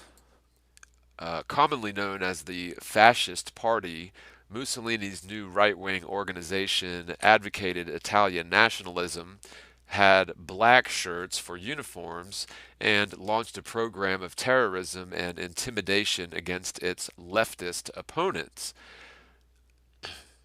I'm going to go on the record and say that terrorist intimidation is not something that we want associated with the Flat Earth Truth movement. Now, this should go without saying, but again, this obvious Illuminati shill posing to be a flat earther talks about this sort of thing all the time to the people who follow him, and nobody seems to get what he's saying except for possibly the people who are following him in terms of the Freemasonic Lodge and other Illuminati minions, as well as innocent people who are following him because they think that it's actually a truth thing. It's worth mentioning that on the back of every United States dime, you will see what is a fasci. It was ultimately, originally, it seems that it was a Roman symbol where you have many thin sticks or twigs which are bound together, and at the head there is an axe or the head of a hatchet. And what this represents is groups that the fascist group will always stick together and therefore be stronger than the individuals whom they are always at war with in a covert sense. And as long as the individuals, the regular people, do not band together and allow themselves to be divided as single twigs in the wind, the fascist party uses this symbol to represent the multiple twigs banded together as their unity, and the head of the hatchet symbolizes their power or their prowess. And so this is a very important thing to note, that fascism is no new thing to America, although the fact that this Illuminati shill admits to running their channel and live chat rooms as a Mussolini style of fascism is extremely telling. Now, going back to the quote from History.com, in October of 1922, Mussolini led the fascists on a march on Rome, and King Emmanuel III, who had little faith in Italy's parliamentary government, asked Mussolini to form a new government. Initially, Mussolini, who was appointed prime minister at the head of a three-member fascist cabinet, cooperated with the Italian parliament, but aided by his brutal police organization, he soon became the effective dictator of Italy.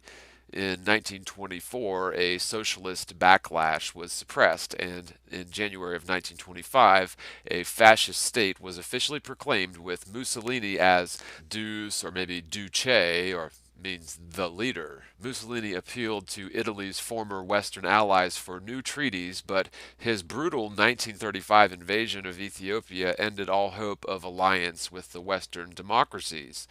In 1936, Mussolini joined the Nazi leader Adolf Hitler in his support of Francisco Franco's nationalist forces in the Spanish Civil War, prompting the signing of a treaty of cooperation in foreign policy between Italy and Nazi Germany in 1937.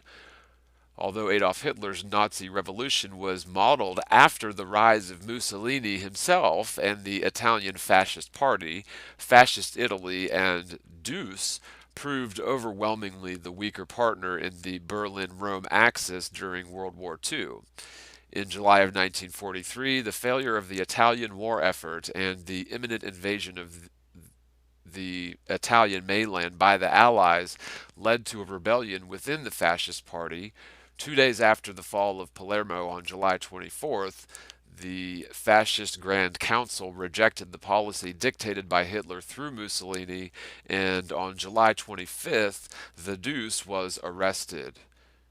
So, to liken yourself to, or to liken your tactics to that of Mussolini-style communism is very telling indeed. What I'm going for is more like Mussolini-style fascism. There you go. Like the previous Cuban deal. What are like your three favorite or three most influential books for in your mind that you've read? I'd say The 48 Laws of Power. Are you saying that just Escape, because I'm on the? escape from freedom, which explains the Globey mindset or the normie mindset. And then the third one, I think, would probably have to be the Iliad, Homer's The Iliad. Oh wow, really? Since I'm pretty sure that nobody but these people have read all of these books, let's just go ahead and take a look at his three choices of books, with the exception of the Iliad, because I'm pretty sure that everyone's familiar with the Iliad. But let's look a little bit deeper into his two most influential books that yet another red flag, the well-known Timmy O, the globe earth troll of the century, really thinks is amusing and agrees with and is very impressed with his well-reading, well-readedness, or whatever you want to call it. So what we're going to do is we're actually going to look at a summation of every last one of the principles described in this book, which the Illuminati shill pretending to be a flat earther claims is his first most influential book. The 48 Laws of Power. Now I'll put a link in the description to this synopsis. It was written December 27th, 2013 by SAMP615 on theantimba.com. Again, a link will be in the description for this, but this is really important and very disturbing for anyone who decides to continue following this character after learning his number one most influential book. Now, a note before reading this, and this is a quote, this cheat sheet is a good summary and is perfect if you've already read the book. If you want to buy the book, which I highly recommend, this author, this writer here highly recommends, please use the link. Again, there's a link in the description, blah, blah, blah, blah. Okay, law number 1. Never outshine the master. Make those above you feel superior. Do not show your talents too much. It'll make them insecure. Make the master appear more brilliant than they are. Law number 2. Never put too much trust in friends. Learn to use enemies. Friends will quickly betray you. Hire former enemies. They'll be loyal. Law number 3. Conceal your intentions. Keep people off balance. They cannot prepare if they don't know. Guide them down the wrong path. Law number 4. Always say less than necessary. When trying to impress, the more you say, the more common you look and less in control. Be vague. Powerful people impress and intimidate by saying less. Law number 5. So much depends on reputation. Guard it with your life. Reputation is the cornerstone of power. Reputation alone will make you win. Destroy enemies by attacking their reputation. Then stand aside and let the public hang them. Law number 6. Court attention at all costs. Everything is judged by appearance. What is unseen counts for nothing. Never get lost in a crowd. Be mysterious. Appear more colorful than the masses. Law 7. Let others do the work for you, but always take credit. Use the skills of others to do the work for you. Never do yourself what others can do for you. Your efficiency will appear godlike. Law number 8. Make other people come to you. Use bait if necessary. When you force others to act, you're in control. Make opponents come to you. Lure with gains, then attack. Law number 9. Win through your actions, never through argument. You never win through argument. The resentment lasts long. It's more powerful to agree with actions. Demonstrate, but do not explain. Law number 10. Infection. Avoid the unhappy and the unlucky. You will die from others' misery. Emotional states are as infectious as diseases. The unfortunate draw misfortune upon themselves and will draw it onto you. Associate with the happy and fortunate. Law number 11. Learn to keep people dependent upon you. To maintain independence, you must be needed and wanted. The more you're relied on, the more freedom you have. Make people depend on you for happiness. Never teach them enough so they can do without you. Law number 12. Use selective honesty and generosity to disarm your victim.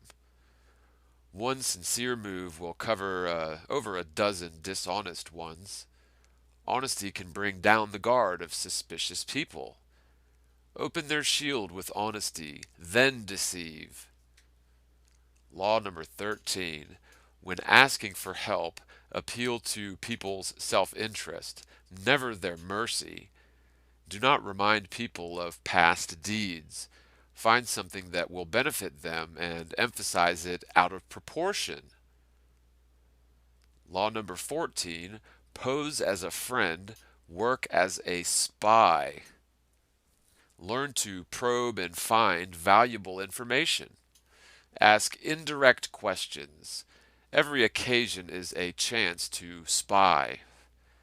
Law 15. Crush your enemy totally. More is lost through stopping halfway. Crush your enemy in body and spirit. Law number 16. Use absence to increase respect and honor. Too much circulation makes the price go down. If you're already established in a group, temporarily withdraw to make people talk. Create value through scarcity. Law number 17. Keep others in suspended terror. Cultivate an air of unpredictability. Being predictable gives control to others. Behavior that isn't consistent will wear people out, and they'll stop trying to explain things. When used to the extreme, you'll intimidate and terrorize. Law number 18. Do not build fortresses to protect yourself. Isolation is dangerous. Isolation cuts you off from valuable information. It's better to mingle. You are shielded from your enemy in a crowd. Law number 19. Know who you're dealing with. Do not offend the wrong person. Never assume everyone will react the same way. Choose your victims carefully. Never offend the wrong person. Law number 20. Do not commit to anyone. Fools rush to pick a side. Do not commit yourself to cause but yourself. Maintain independence. Make people chase you and play people against one another. Law number 21. Play a sucker to catch a sucker. See dumber than your mark. Don't be stupid, but make your mark appear smarter than you. Making them appear smarter hides your motives. Law number 22. Use the surrender tactic. Transform weaknesses into power. When you're weaker, never fight just for honor, but surrender. Do not give them the satisfaction to win. Surrender. Turn the other cheek to infuriate them. Law number 23. Concentrate your forces. Intensity defeats extensity every time. Find a fat cow that'll give you milk for a long time. Law number 24.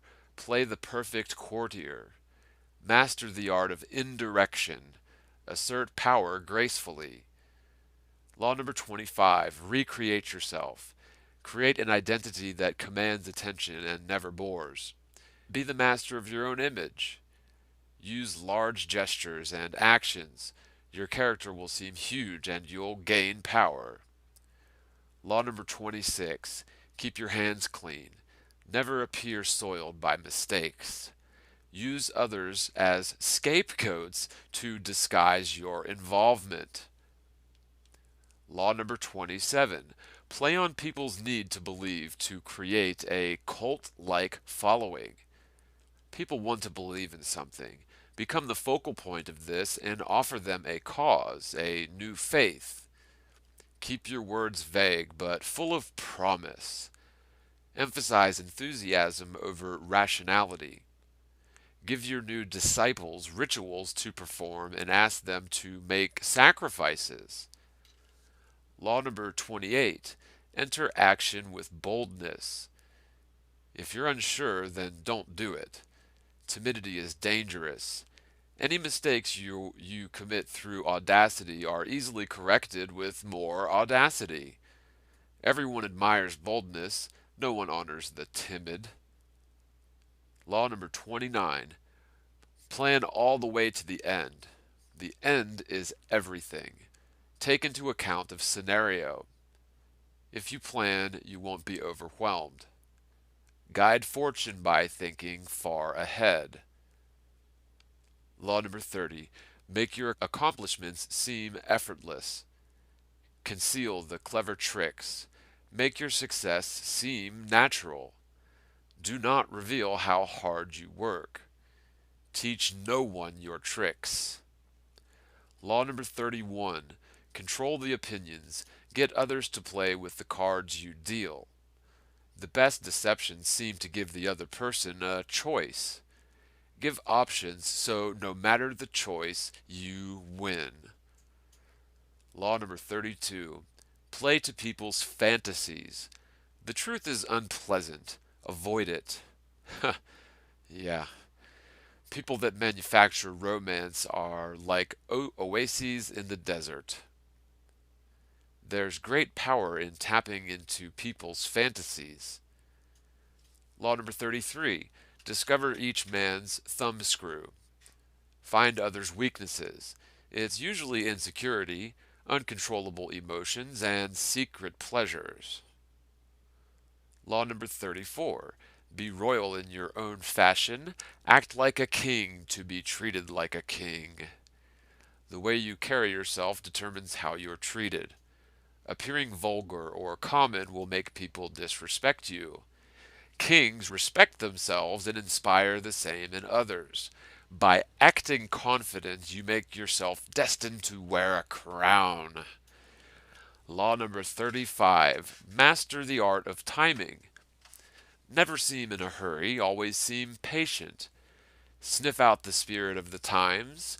Find the trends that'll give you power. Learn to stand back when not ready and then strike. Law number 36. Disdain things you cannot have. Ignoring them is the best revenge. Acknowledging petty problems gives them existence. When you acknowledge an enemy, you make them stronger. The more you mistakenly make yourself visible, the worse this gets. If you want something but can't have it, then disdain it. The less interest you reveal, the more superior you seem. Law number 37. Create compelling spectacles. Striking imagery and symbolic gestures create the aura of power, and people respond. Stage spectacles for those around you and heighten your own presence. Dazzle by appearance. Law number 38. Think as you like, but behave like others. By flaunting your unconventional ways, people will only think you want attention. They'll punish you for making them feel inferior. Blend in. Law number 39. Stir up waters to catch fish. Anger and emotion is counterproductive. Stay calm and objective. Make enemies emotional while you stay calm.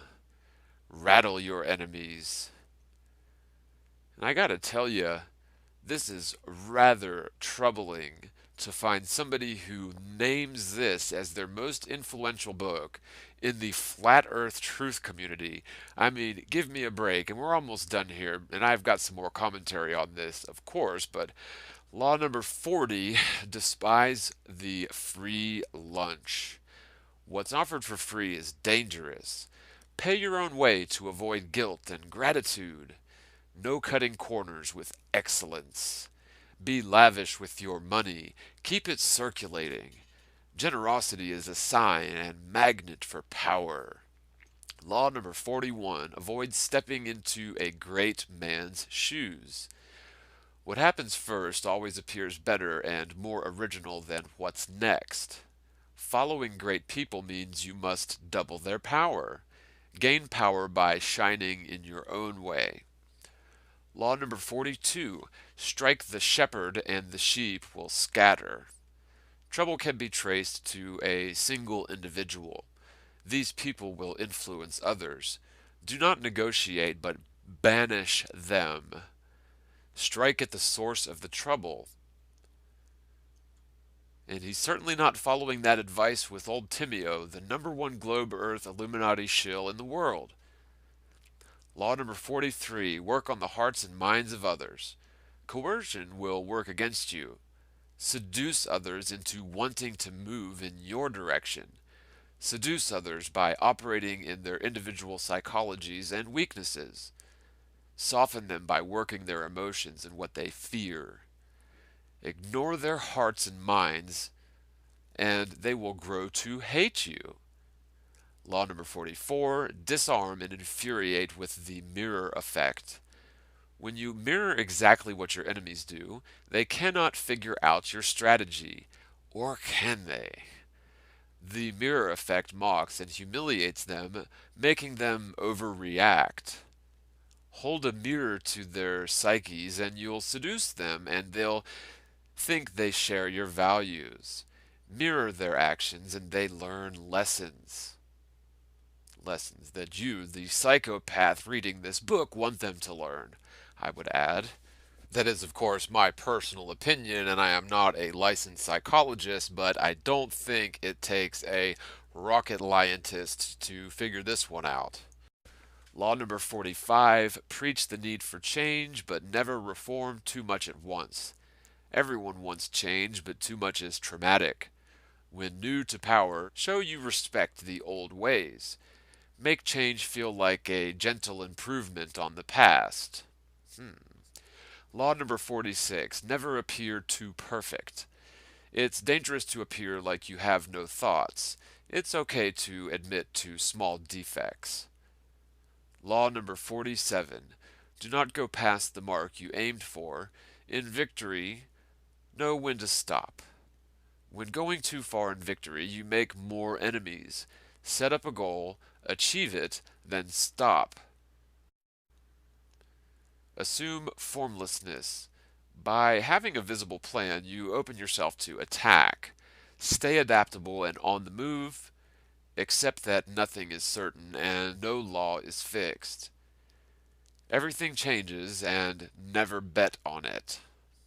So, a bit of commentary here, and we'll get back into this ridiculous interview or conversation between obvious Illuminati shills. Whoever wrote that book is obviously a psychopath, a pathological liar, a regular manipulator, and I would not be surprised whatsoever if they're a Freemason and or absolute Satanist, because that's the way that these people think. I don't even have to research the author. I'm not going to research the author. However, that person who wrote the book and anyone who reads it and thinks it's inspirational will necessarily be a psychopath, in my personal opinion, and a pathological liar.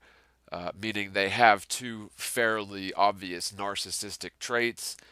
However, they are masters at hiding it, for they have an end goal which they plan on achieving. However, hopefully we can stop this before it happens, people. The 48 laws of power? Are you saying that because I'm on the... Escape from freedom. As promised, we're going to take a quick look at Escape from Freedom, this Illuminati shill pretending to be a flat earth truther's second most influential book. So this is a summary of Escape from Freedom from bookrags.com. I'm not necessarily going to read the whole thing, but we'll just read the first section, and I'll put a link in the description. This is from bookrags.com. Escape from Freedom is Erich Fromm's psychological history of the social conditions which developed in Europe between the Middle Ages and the mid 20th century, which culminated in the rise of the Nazi Party to power in Germany under Adolf Hitler. Fromm is writing in 1941 after Hitler has come to power and begun his aggressive campaign to conquer Europe, but before the United States has entered what is to become the Second World War. The underlying question of Fromm's work is how the German people allowed Hitler's totalitarian regime to gain power, seemingly willingly, and with their enthusiastic support. A secondary question Fromm asks is whether or not democracy, such as that found outside of Germany, makes a people safe from similar developments. He identifies a basic psychological need which has led to the support for the Nazis in Germany and continues by warning that this need is not necessarily filled in a democracy. Fromm answers his main question by characterizing the social character of the German people after World War I as one especially susceptible to the message of the Nazi Party. Now, I'll just leave it at that. That's just the very beginning of this synopsis of Escape from Freedom, this crypto flat earther, his second most influential book.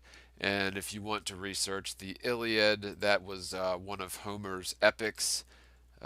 Homer was, of course, not the guy from The Simpsons, but the ancient Greek who wrote the mythological tales, allegedly, of the Odyssey and the Iliad. And of course, both of these stories are echoed in Freemasonic rites and practices.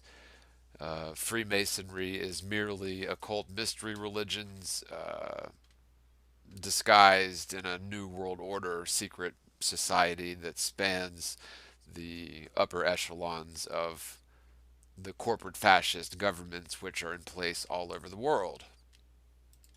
Escape from Freedom, which explains the Globey mindset or the normie mindset. And then the third one I think would probably have to be the Iliad, Homer's The Iliad. Oh wow, really? Yeah. Damn. Yeah, I know you're pretty well read. You have some pretty interesting kind of exoteric books too, don't you? Wow. Two identical compliments from Timmy O in a single conversation. Well, ain't that a surprise? Yeah, but I've been like doing what you would call, I know you don't believe in this stuff probably, but I've been doing what you would call witchcraft since I was a teenager. And I've never attached any dogma to it. No rules, no, you do something, you curse someone, it bounces back. No, I just see it as an extension of the intellect that most people haven't tapped into. Oh, excellent. Excellent. That's exactly what we need in the flat earth movement is an Illuminati shill who reads books that are obviously written by psychopaths and calls it their number one inspiration, and further books written by Nazis about how they controlled people's minds. And yeah, that's exactly what we need in the truth movement. Furthermore, we definitely need some self-proclaimed witches or warlocks or whatever this creepy thing claims to be. Yes, we definitely need more of those in the truth movement. Like we need a new hole in the head, right? And I I have no problem discussing it, but most people don't even take it seriously as a subject. No, of course they don't, because you're playing into people's trust and then deceiving them. And so the nature of deceiving somebody is confusing them about what you're talking about. And it's working because people in the flat earth community are especially welcoming to those who pretend to be flat earthers, it would appear. Nor do I really care for people to believe in it. It's actually better for me if people assume it's all fake because it gives me plausible deniability I if I believe start you. tampering with cause and effect. You have no plausible deniability. You have no authority, and you have no right to act as if you do. What you're talking about here is just absolute toxicity, which there is no place for in the truth community. How is that? What do you mean by spell casting? Are you using ambiguous words so No. precisely so that it continues to work? Delete use witchcraft on us. We just like train Are to you not. trolling me right now? No. No, bro. Look at. If I am trolling, Yeah, okay, we really need to flesh out our disagreements. I'm glad this got brought Yep. up. Absolutely. You guys think that there's spells? Oh, Really? yeah. I wouldn't say spells in the sense you think. Like, there's not like a set of words that if you said something and you read them in a certain way, some effect would occur. Not at all. What I'm saying is that words, symbols, images, various phenomenon Language. can be used to channel uh, essentially your focus concentration in a way that affects reality as it unfolds. And it sounds sci-fi or nutty, but that's pretty much how it works. That's kind of like what quantum mechanics uncertainty principles hint towards as well. Yeah, you nailed it. Well, it's metaphysical, basically. I mean, there Yeah. are things that we can't explain. It Man, is I really- metaphysical. I would explain it like this: like, do you believe love at first sight? And I would ask the question like, okay, well, what is that? And I mean, would that be like two people lock eyes across a room and their consciousness actually melds with each other? Like, what are we talking about when we talk about like intention? What is, you know what I mean? Like, so if you're talking about like spells or witchcraft, like it could easily be described as intention, and intention goes far beyond the spectrum of human senses. Well, Am I touching yeah. on something good here? Yeah, what you're describing, you would call lesser magic, where it still involves like the physical body, you know, your eyes, the pheromones, body language, meta communication, psychology. That would be lesser magic. Then the greater magic would be stuff where you're actually in your house in a dark room with candles, focused on something or someone and causing real-time effects. And I wonder if those would be positive effects or negative effects. Are you a good witch or a bad witch? So they're two different areas, but in order to be good at life, you're better off learning lesser magic. The people who only focus on the higher stuff, like trying to conjure demons and stuff, they usually turn out to be a bunch of basement dwellers and they don't do anything with their lives. Maybe that's because it doesn't work and it's just a waste of time. Well, I would say so. I would say don't believe it until you've seen it. But all of my beliefs come from direct experience, and I've had enough experience. And like I approach it with a very scientific methodology, and we always did this. Like even when I first started doing this stuff, I would have other people would want to be involved in it. I'd be like, yeah, sure, come to ritual. But if they didn't get results that we could quantify in some way, we would assume the person was a dud, because not everyone can do it. Yeah, come to ritual so you can try to learn how to give people aneurysms from 500 miles away. I think I think you underestimate your fellow humans' capacity to understand their own mind and the world around them. I would say you do if you don't think it's possible for someone's mind. Like, so for example, do you think it's possible to cause someone who's annoyed you to have an aneurysm if they're 500 miles away just by having a really negative thought and intensely focusing upon them? Someone who's annoyed you to have an aneurysm if they're 500 miles away. To have an aneurysm if they're 500 miles away just by having a really negative thought and intensely focusing upon them. Wow, this is definitely the sort of truther that I want to be associated with in the flat Earth truth movement. Don't you all? Don't you all want to be associated with somebody who apparently brags about being able to kill people with his mind, which is a massive delusion of grandeur and an admission that this person is not a truther. This person is an Illuminati shill. If they are made aware of it and other influence, if you are as important in their life as they are in yours, yes, you can do that.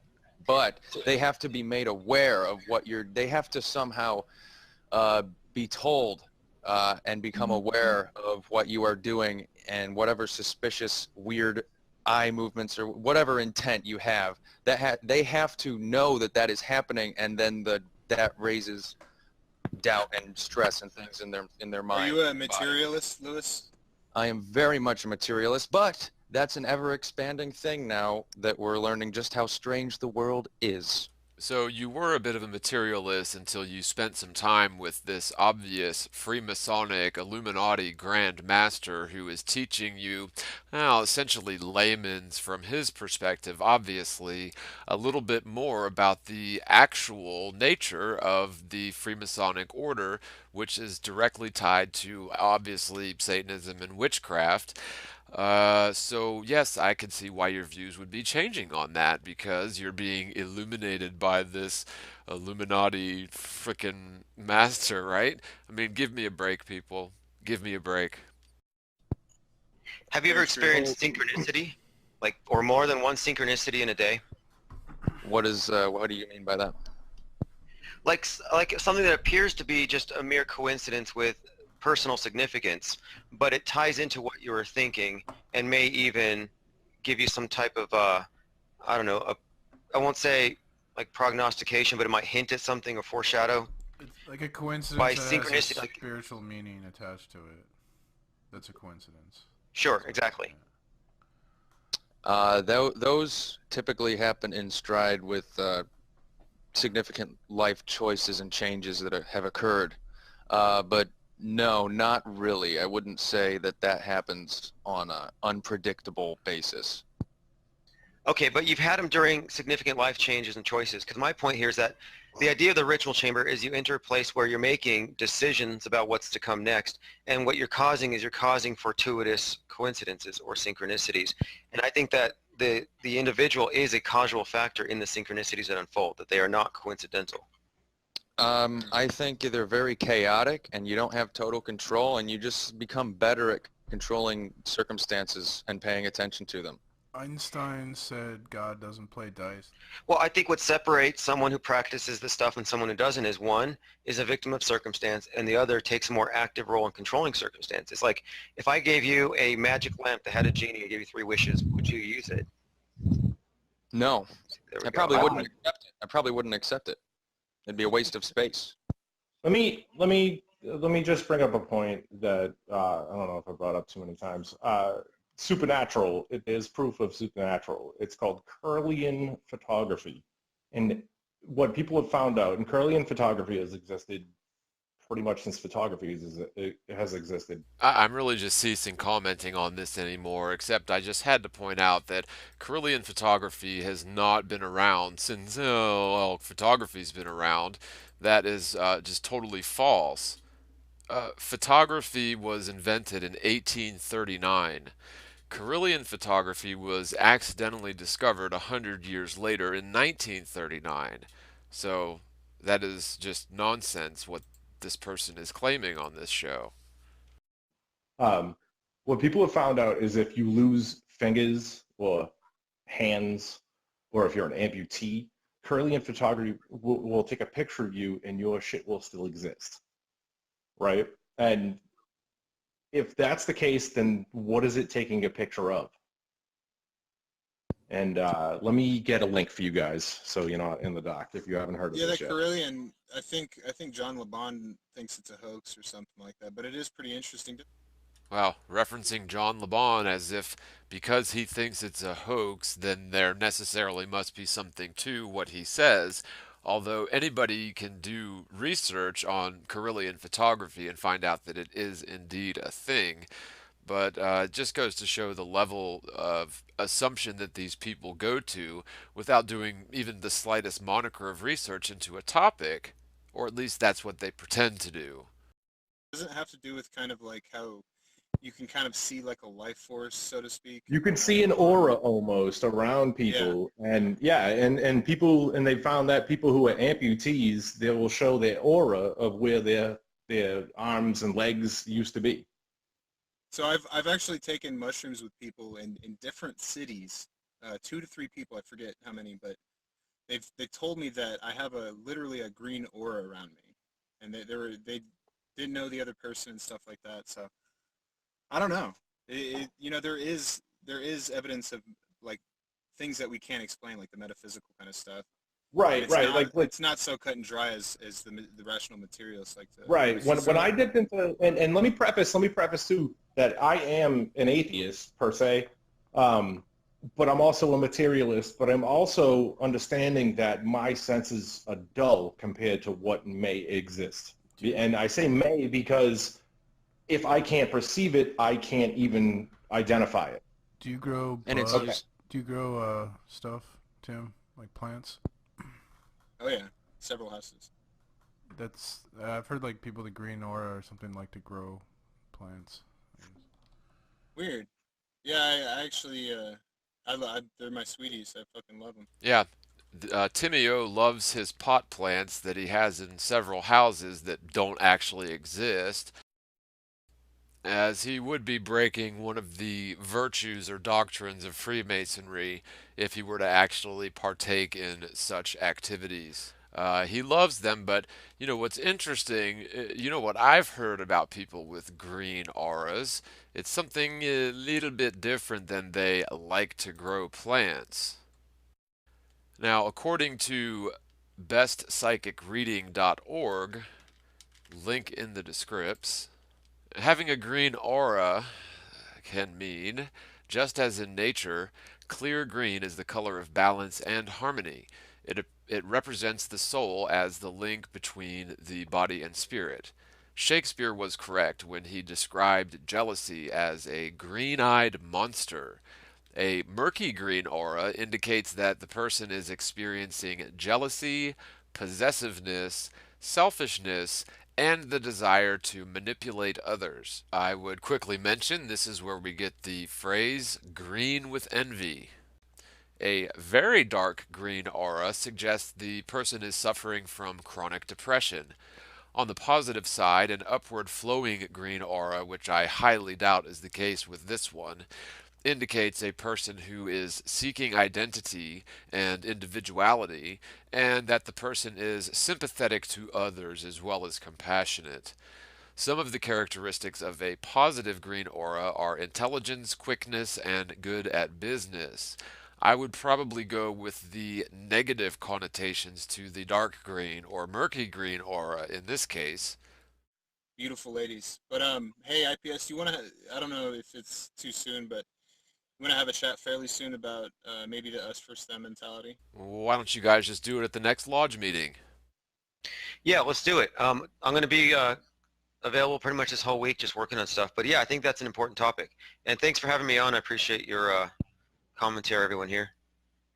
Yeah, absolutely. Thanks for coming, brother. Brother. Nice We meeting definitely, we definitely can, you know, chat about other things and not be so, us versus them kind of mentality like everybody else does. You're not going to do the us versus them mentality because that's what everybody else does?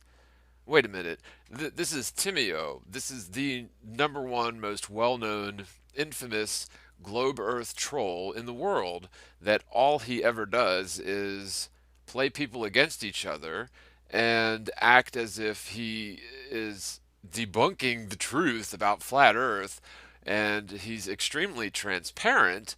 Yet, of course, him and the Illuminati shill pretending to be a flat earther are going to call some sort of a truce. Yeah, very interesting. Because I think that you have fucking nuggets that I would love to explore.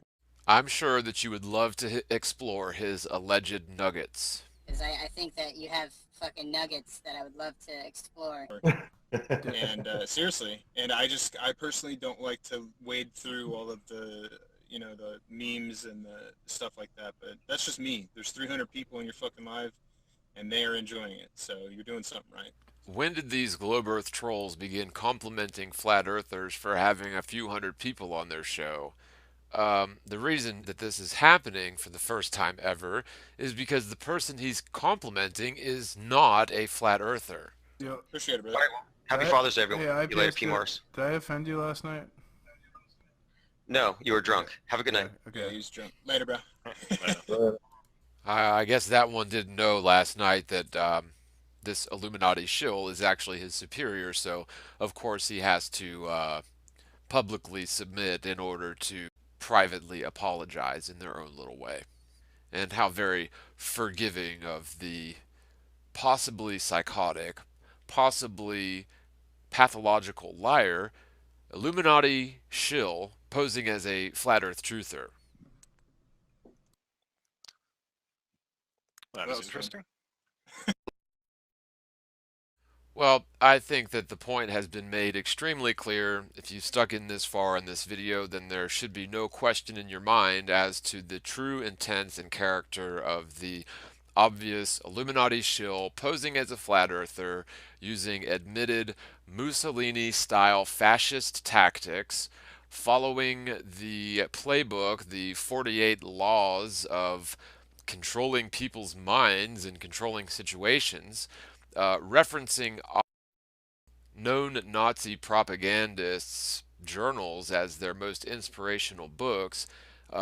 If this Illuminati shill were any more obvious, I don't know what I would say. I mean, this is about as obvious as it gets. Again, they are sort of under some bizarre contract to disclose all of this to us in plain sight. But of course, I'm going to be attacked by the minions of this Illuminati shill who has somehow inserted themselves into the Flat Earth Truth movement, and people just buy right into the obvious malfeasance and deception and subterfuge that this person is pulling off. So anyone out there who is following this person, I'm not saying that you are all Illuminati shills. What I'm saying is that this person has deceived you, and if you have a gut reaction to attack me because of pointing this out, you may want to check your premises. I will say this again, that by making this video, I realize that I'm opening myself up to attack. However, it's more important to me to get the truth out to the actual genuine flat earth community about this obvious Illuminati shill. And by making this video and voicing my dissent, I imagine that the people in this video will try to claim copyright ownership of this, although I will, of course, claim fair use, as my use of the material within this video definitely is protected by the Fair Use Act, as well as by the First Amendment. And hopefully, again, my goal in this is to hopefully, wake at least one single person up to the deception that is awry in terms of this particular person that was the topic of this video. Now, in opening myself up to attacks, that's fine. I can handle that. I'm not worried about attacks, but I just want to warn people that if this video has achieved its goal and has changed the trajectory of the events to transpire leading up to this deception, which the controlled opposition players here are trying to foment, then it will be a success, although it will make me seem to be crazy or paranoid because my gut instinct or my dissertation here does not come to full fruition, although, again, that is to be expected. These sort of people will change their tactics if they don't have the popular consent to sort of kill this red herring effigy of flat earth. So please, people, do not be deceived by this. We don't need a really quite absurd hoax stunt to prove or disprove or put the nail in the coffin of flat earth or globe earth. The debate is over. The earth is not a spinning sphere. Thank you so much for your time. God bless. We definitely can, you know, chat about other things and not be so, us versus them kind of mentality like everybody else does. Because I